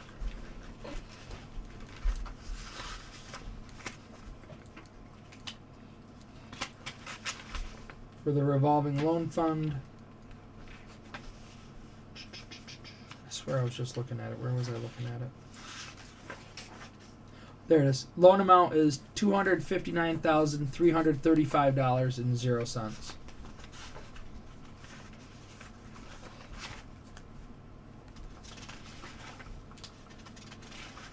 Authorization. Sorry, I'm being quiet. I'm thumbing through this. Yeah, so it's all right. Does anybody have any questions on this? Nope. All right. So I'd like to make a motion that we authorize the chair. Well, some of these it's just the chair. Some of it the majority of the governing body has to sign. Okay. So there's kind of a mixture. So I would make a motion that we authorize the appropriate people to sign what they need to sign for the loan agreement paperwork. Second. All right, we have a motion and a second to sign the paperwork for the revolving loan fund. Is there any discussion? All in favor say aye. Aye. Aye. Aye. Bob? Sorry, I was on mute. Aye. All right. Thank Let's see. Another thing for you guys to stop in and sign. Yep. Besides the warrants.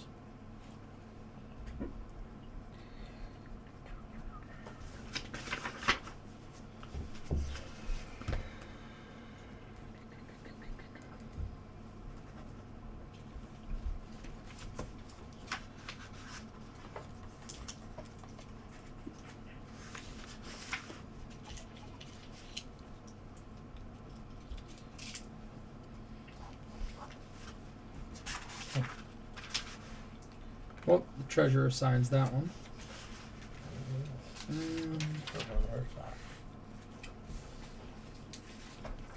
Okay, so that one is the governing body, yep. And then the very last one is governing body. The folder.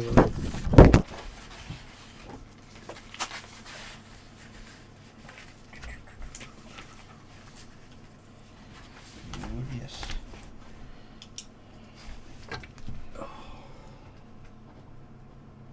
Marlena, if I accidentally hang up on you, call back. Okay. I don't know why mine hung up on her. I thought your battery had died, honestly. No, I charged it before I came. Yeah, your phone kept beeping. I just assumed your battery warning was on. People barking orders.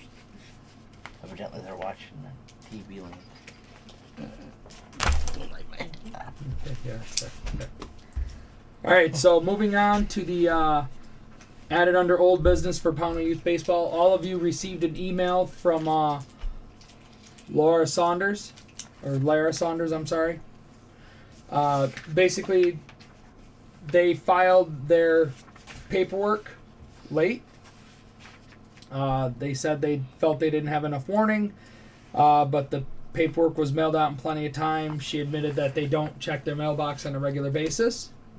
They've been on the ballot historically for a long time. They're asking for $2,000, the same amount that they were asking for the year before. She's asking the board. The email says, good evening, everyone. My name is Lara Frenzel Clark, the secretary for Pownal Youth Baseball. I was going to come to the board meeting last night to ask, but unfortunately that was canceled. Attached is our signed form for ballot article for 2020-2021 budget. I am asking if you would please consider accepting this for the budget. I understand new items for the budget were due yesterday, and other items for the budget are not due until next week. This email is dated the 17th, by the way, just so you know. I thank you for your consideration. Lara Frenzel Clark, Pownal Youth Baseball, formerly Lara Saunders. So she emailed the entire board the copy of the paperwork. That email was January 17th as well. She attempted to come in here to speak to the board during public comment on the day of the deadline. So I'm going to state right up front that I am a board member of Pownal Youth Baseball. So I can't have a say in this. So it is up to the three of you to decide whether or not you let Pownal Youth Baseball be on the ballot or if we make them wait. Like, sorry. So it's up to you guys. So I think I'll make a motion that we put this the Pownal Youth Baseball on the ballot. That's the motion, right? No, I can't make a motion because No. it's a I'm conflict of saying, interest. did I make the correct motion? I motion that we put the Pownal Youth Baseball ballot article on the ballot this year. I'll second. So we're accepting the letter as what the motion is, yes. Okay. All right. So there's a motion and a second to accept the ballot articles for Pownal Youth Baseball to allow them to be placed on the ballot. Is there any discussion? All in favor, say aye. Aye. Aye. Aye. I abstain. Motion carries. Okay. All right, moving on to new business. Cat TV contract renewal. This was actually in back in December, and I missed it last week. So my apologies for our last meeting. So Cat TV has sent their contract in for renewal. Let's see. As the go ahead, Bob. I'm sorry. I'm looking at or I was looking at it earlier, and I think it's been revised downward a little bit, but it's still in the neighborhood of $10,000. When they first started charging, we thought it was going to be $2,500, and that's what we'd done last year, I believe. I might get that a little bit off, but if I remember right, it was somewhere in the vicinity of $2,400 or $2,500. I think we're now getting into real money, and I'm not comfortable. I'm not comfortable with it. However, I got to say that Cat TV's they've done a really excellent job, and a lot of our citizens get their information from Cat TV. So this is not a knock on them. It's just that, and part of why they need to charge us is one is the length of these meetings has really extended, so they're there for a long time. Yeah, so I can understand why they're asking for the added amount after 2 hours. Right, but then but it's also a lot of money. I mean, to put it in perspective, this is about 1/4 of the tax increase for the town hall.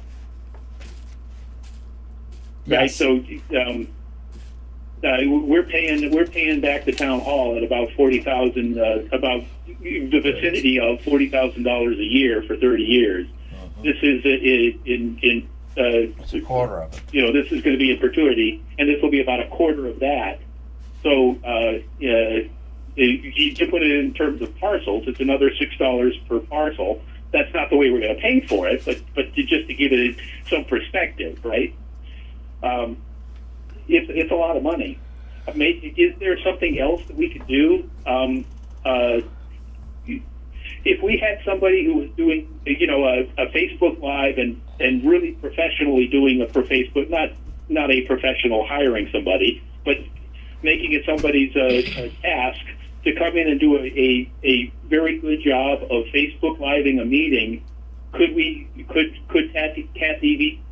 Cat TV do something like accept that feed from us, or allow us to share it on their on their website where it can be viewed? I guess that's a question. Do we have any other options? I guess.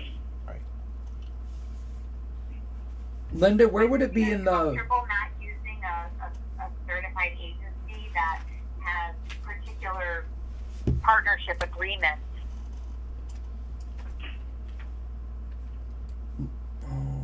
Linda, where would it be in the general fund budget for Cat TV? Was it its own separate line item? PEG access. I'm PEG sorry. access. PEG. PEG access. All right, I was looking for Cat TV. No, it's called PEG. And let's not forget, not everybody uses Facebook, so we have to make No, sure a lot of the elderly eliminating residents, majority. it's what they get it off TV. Right. So I think the technical challenge is there a way to take a Facebook Live event and have it available on the Cat TV website? So that's actually the question. I don't know that that's technically feasible, but if it is, that might be an alternative. But I honestly don't know if that's technically feasible. I'm just looking through it today, so I have not had any opportunity to do any research on it. But I would suggest that before we approve this, let's look at and ask the questions and see if there's any other cheaper alternatives. I agree that just putting it on Facebook is not going to be enough. No, Or and the preferred option. my concern is if we try to go with another option, like if we try doing it ourselves, then we fall under the record keeping, the requirements for that, which means we have to then maintain the video, the audio, and if somebody requests it, then it's up to us to furnish a copy of the video and the audio, as opposed to we hire Cat TV. We don't want to get into that. Right. Yeah, I just feel that we might save a few dollars on the front end, but it might cost us when it comes to the record keeping part of it. It's going to cost you more internally. Okay, but I mean, Because we went from 0 to 2,400 and now to 10 grand. Well, theoretically speaking, if we do maintain our own record, our own video archive, and somebody calls up and says, I want from 2 minutes and 55 seconds to 25 minutes and 30 seconds of the select board meeting that took place 3 years ago, we have to then have somebody pull that, copy it, transfer it over. Or if somebody goes through it and makes a generic request, I want copies of every meeting where so-and-so was in attendance. Right. It's going to turn into a... It's kind of the same thing we're going through with the FOIA requests. Kind of true. That's my concern. I'm not saying it would happen, but that's my concern on where it would lead. And then we end up having to hire somebody to go through hours and hours and hours of videos and audio. Well, presently... Hey, Go ahead, Brian. Yes, Marlena. Did the invoice increase or the contract increase also because we went from twice a month now to every week? Absolutely. Yes. Yeah, but I don't think... and remember, it's not double. We went to 3 times a month from twice a month. Right, because well, we went to we voted to go every week. Yeah, but the contract only still states bi-weekly during a month for us. I think we. Right, you're I changing think the when we terms of voted, that we vote. voted We would be to changing the 3 terms of times the a month. contract. to One meet time what was we a voted. wastewater, but you still have 4 meetings. Yeah. Correct. So right now, the way the contract is written is Cat TV agrees to cover 24 Pownal Select Board meetings, 12 Planning Commission meetings during the period of January 1st, 2020 to December 31st, 2020. The annual fee for this coverage is $6,150 as outlined below. $4,200 for 24 Pownal Select Board meetings, 3.5 hours per meeting, an hour, 1.5 hour average meeting, 2 hours setup, breakdown processing, $50 per hour. $1,950 for 12 Pownal planning meetings, 3.25 hours per meeting, 1.25 hours average meeting, 2 hours setup, breakdown, processing, $50 per hour. Cat TV will charge the hourly rate of $50 for all additional meetings beyond the 24 Select Board and 12 Planning Commission meetings. Cat TV's coverage includes gavel-to-gavel live coverage of the Select Board on 3 viewing platforms: Cat TV Channel 17, Cat TV website, and Cat TV Facebook page, and taped coverage of the Planning Commission. Cat TV will also provide scheduled replays on Cat TV Channel 17, website, Cat TV Facebook posts, and archival of Cat TV's YouTube channel. The town of Pownal is responsible for providing Cat TV with Adequate advance notification of changes in the date, time, or location of meetings. Cat TV will not be responsible for coverage of meetings for which the date, time, and/or locations have been changed without confirmation with Cat TV. And so, using the math, if we go from 24 to 48, then the cost for us, for our portion, goes from 42 to 84. Okay, so shouldn't it be 36? I guess is one of my questions, because if I understood it correctly, and maybe this is where we want to go, is we should be having select board meetings 3 times a month, and then there's one scheduled wastewater. We might have to not televise the wastewater treatment meeting and only televise the 3 select board meetings. I think that would save it. They're still open meetings. People can. Well, the wastewater ones we only have those when Darcy needs us to go down there. We usually just cancel those. Right. So I think so. And I don't think we've ever televised one. Yeah, they are. Yeah. Are they? No, when I first got on the board, they were televised. I was gonna say the couple of times we've gone down there, it wasn't televised. But along the way, the board has to remember also along the way, you're going to have a special meeting somewhere where you're going to request Cat TV. Correct. And you're going to pay by the hour for that. So, yeah, like tonight's meeting, if you were paying for this meeting tonight, you've got an expensive meeting. Yeah, because we are now. 3 hours. Yeah, 3 hours. Now we're over. Yeah. All right. There's got to be a way for the board, Bob, to rein these meetings back so that you can stick within your 2-hour time frame. Yeah, I think we need to go to hard stops. We hard stops, and over. As much as I don't want to cut people off for public comment, I think we're gonna have to get a Set better times. handle on that and go to the time limit. Set the little timer. I hate stifling I people. thought I that's why don't we want were to do that. switching to weekly anyway, was to Well, we're hoping. better manage the time limit, Correct. or better manage the timing. Yeah. Well, Because like we today, could public pick it up comment next took an week. hour. Right. Well, and so did the last one, so, Well, you know. That's they what had we that, need that's to my we need to point. work on that. Is what's Well, and in fairness, that's a special circumstance, right? It doesn't usually take that long. This was a special circumstance, so I don't think the public comment's going to continue to drive it up like that. if we allow it to, it will. Well, that's true. We need to tamp down on it, but yeah, We need to set We time just need to limits be and consistent. yes, we need to set time limits and As much as Put I it don't out want to there. spend the money, I think that we owe it to the taxpayers to make sure that we are transparent. transparent. So, if we amend the contract, do we have to send it back to Cat TV to have Yeah. them approve it first? Yes. All right. So All right. So I would propose that we amend the contract for the additional meetings. to add the additional meetings that we've scheduled for 3 meetings a month. So that would I be will second 30, that. 36 meetings at their proposed rate per meeting. All right, so there's a motion and a second to send the contract back to Cat TV with the amendment for 36 select board meetings at their rate per meeting. And then if they accept it, then they can send it back to us, and then we can sign it if we so choose. But anyway, we have a motion and a second to send the contract back to Cat TV with changes. And is there any further discussion? All in favor say aye. Aye. Aye. Hi. Okay. Alright. Alright. So you want this one back, Linda, or are you just gonna Yes. email?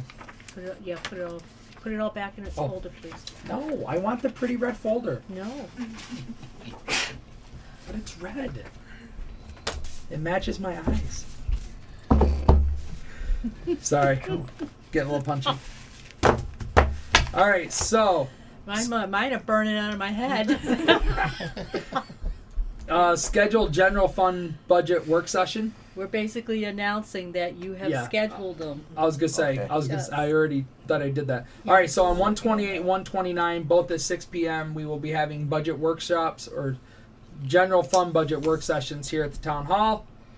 Both starting at 6 p.m. until we pass out from lack of coffee. Bring your own carrot pat. Yep. You were all set. Bring your own carafe. All right. And on that, I would like to make a motion we enter into executive session for personnel. Second it. There's a motion and a second to enter into executive session for personnel. All in favor say aye. Aye. I Aye. Okay. Thank you, everybody. Josh, you can go home now.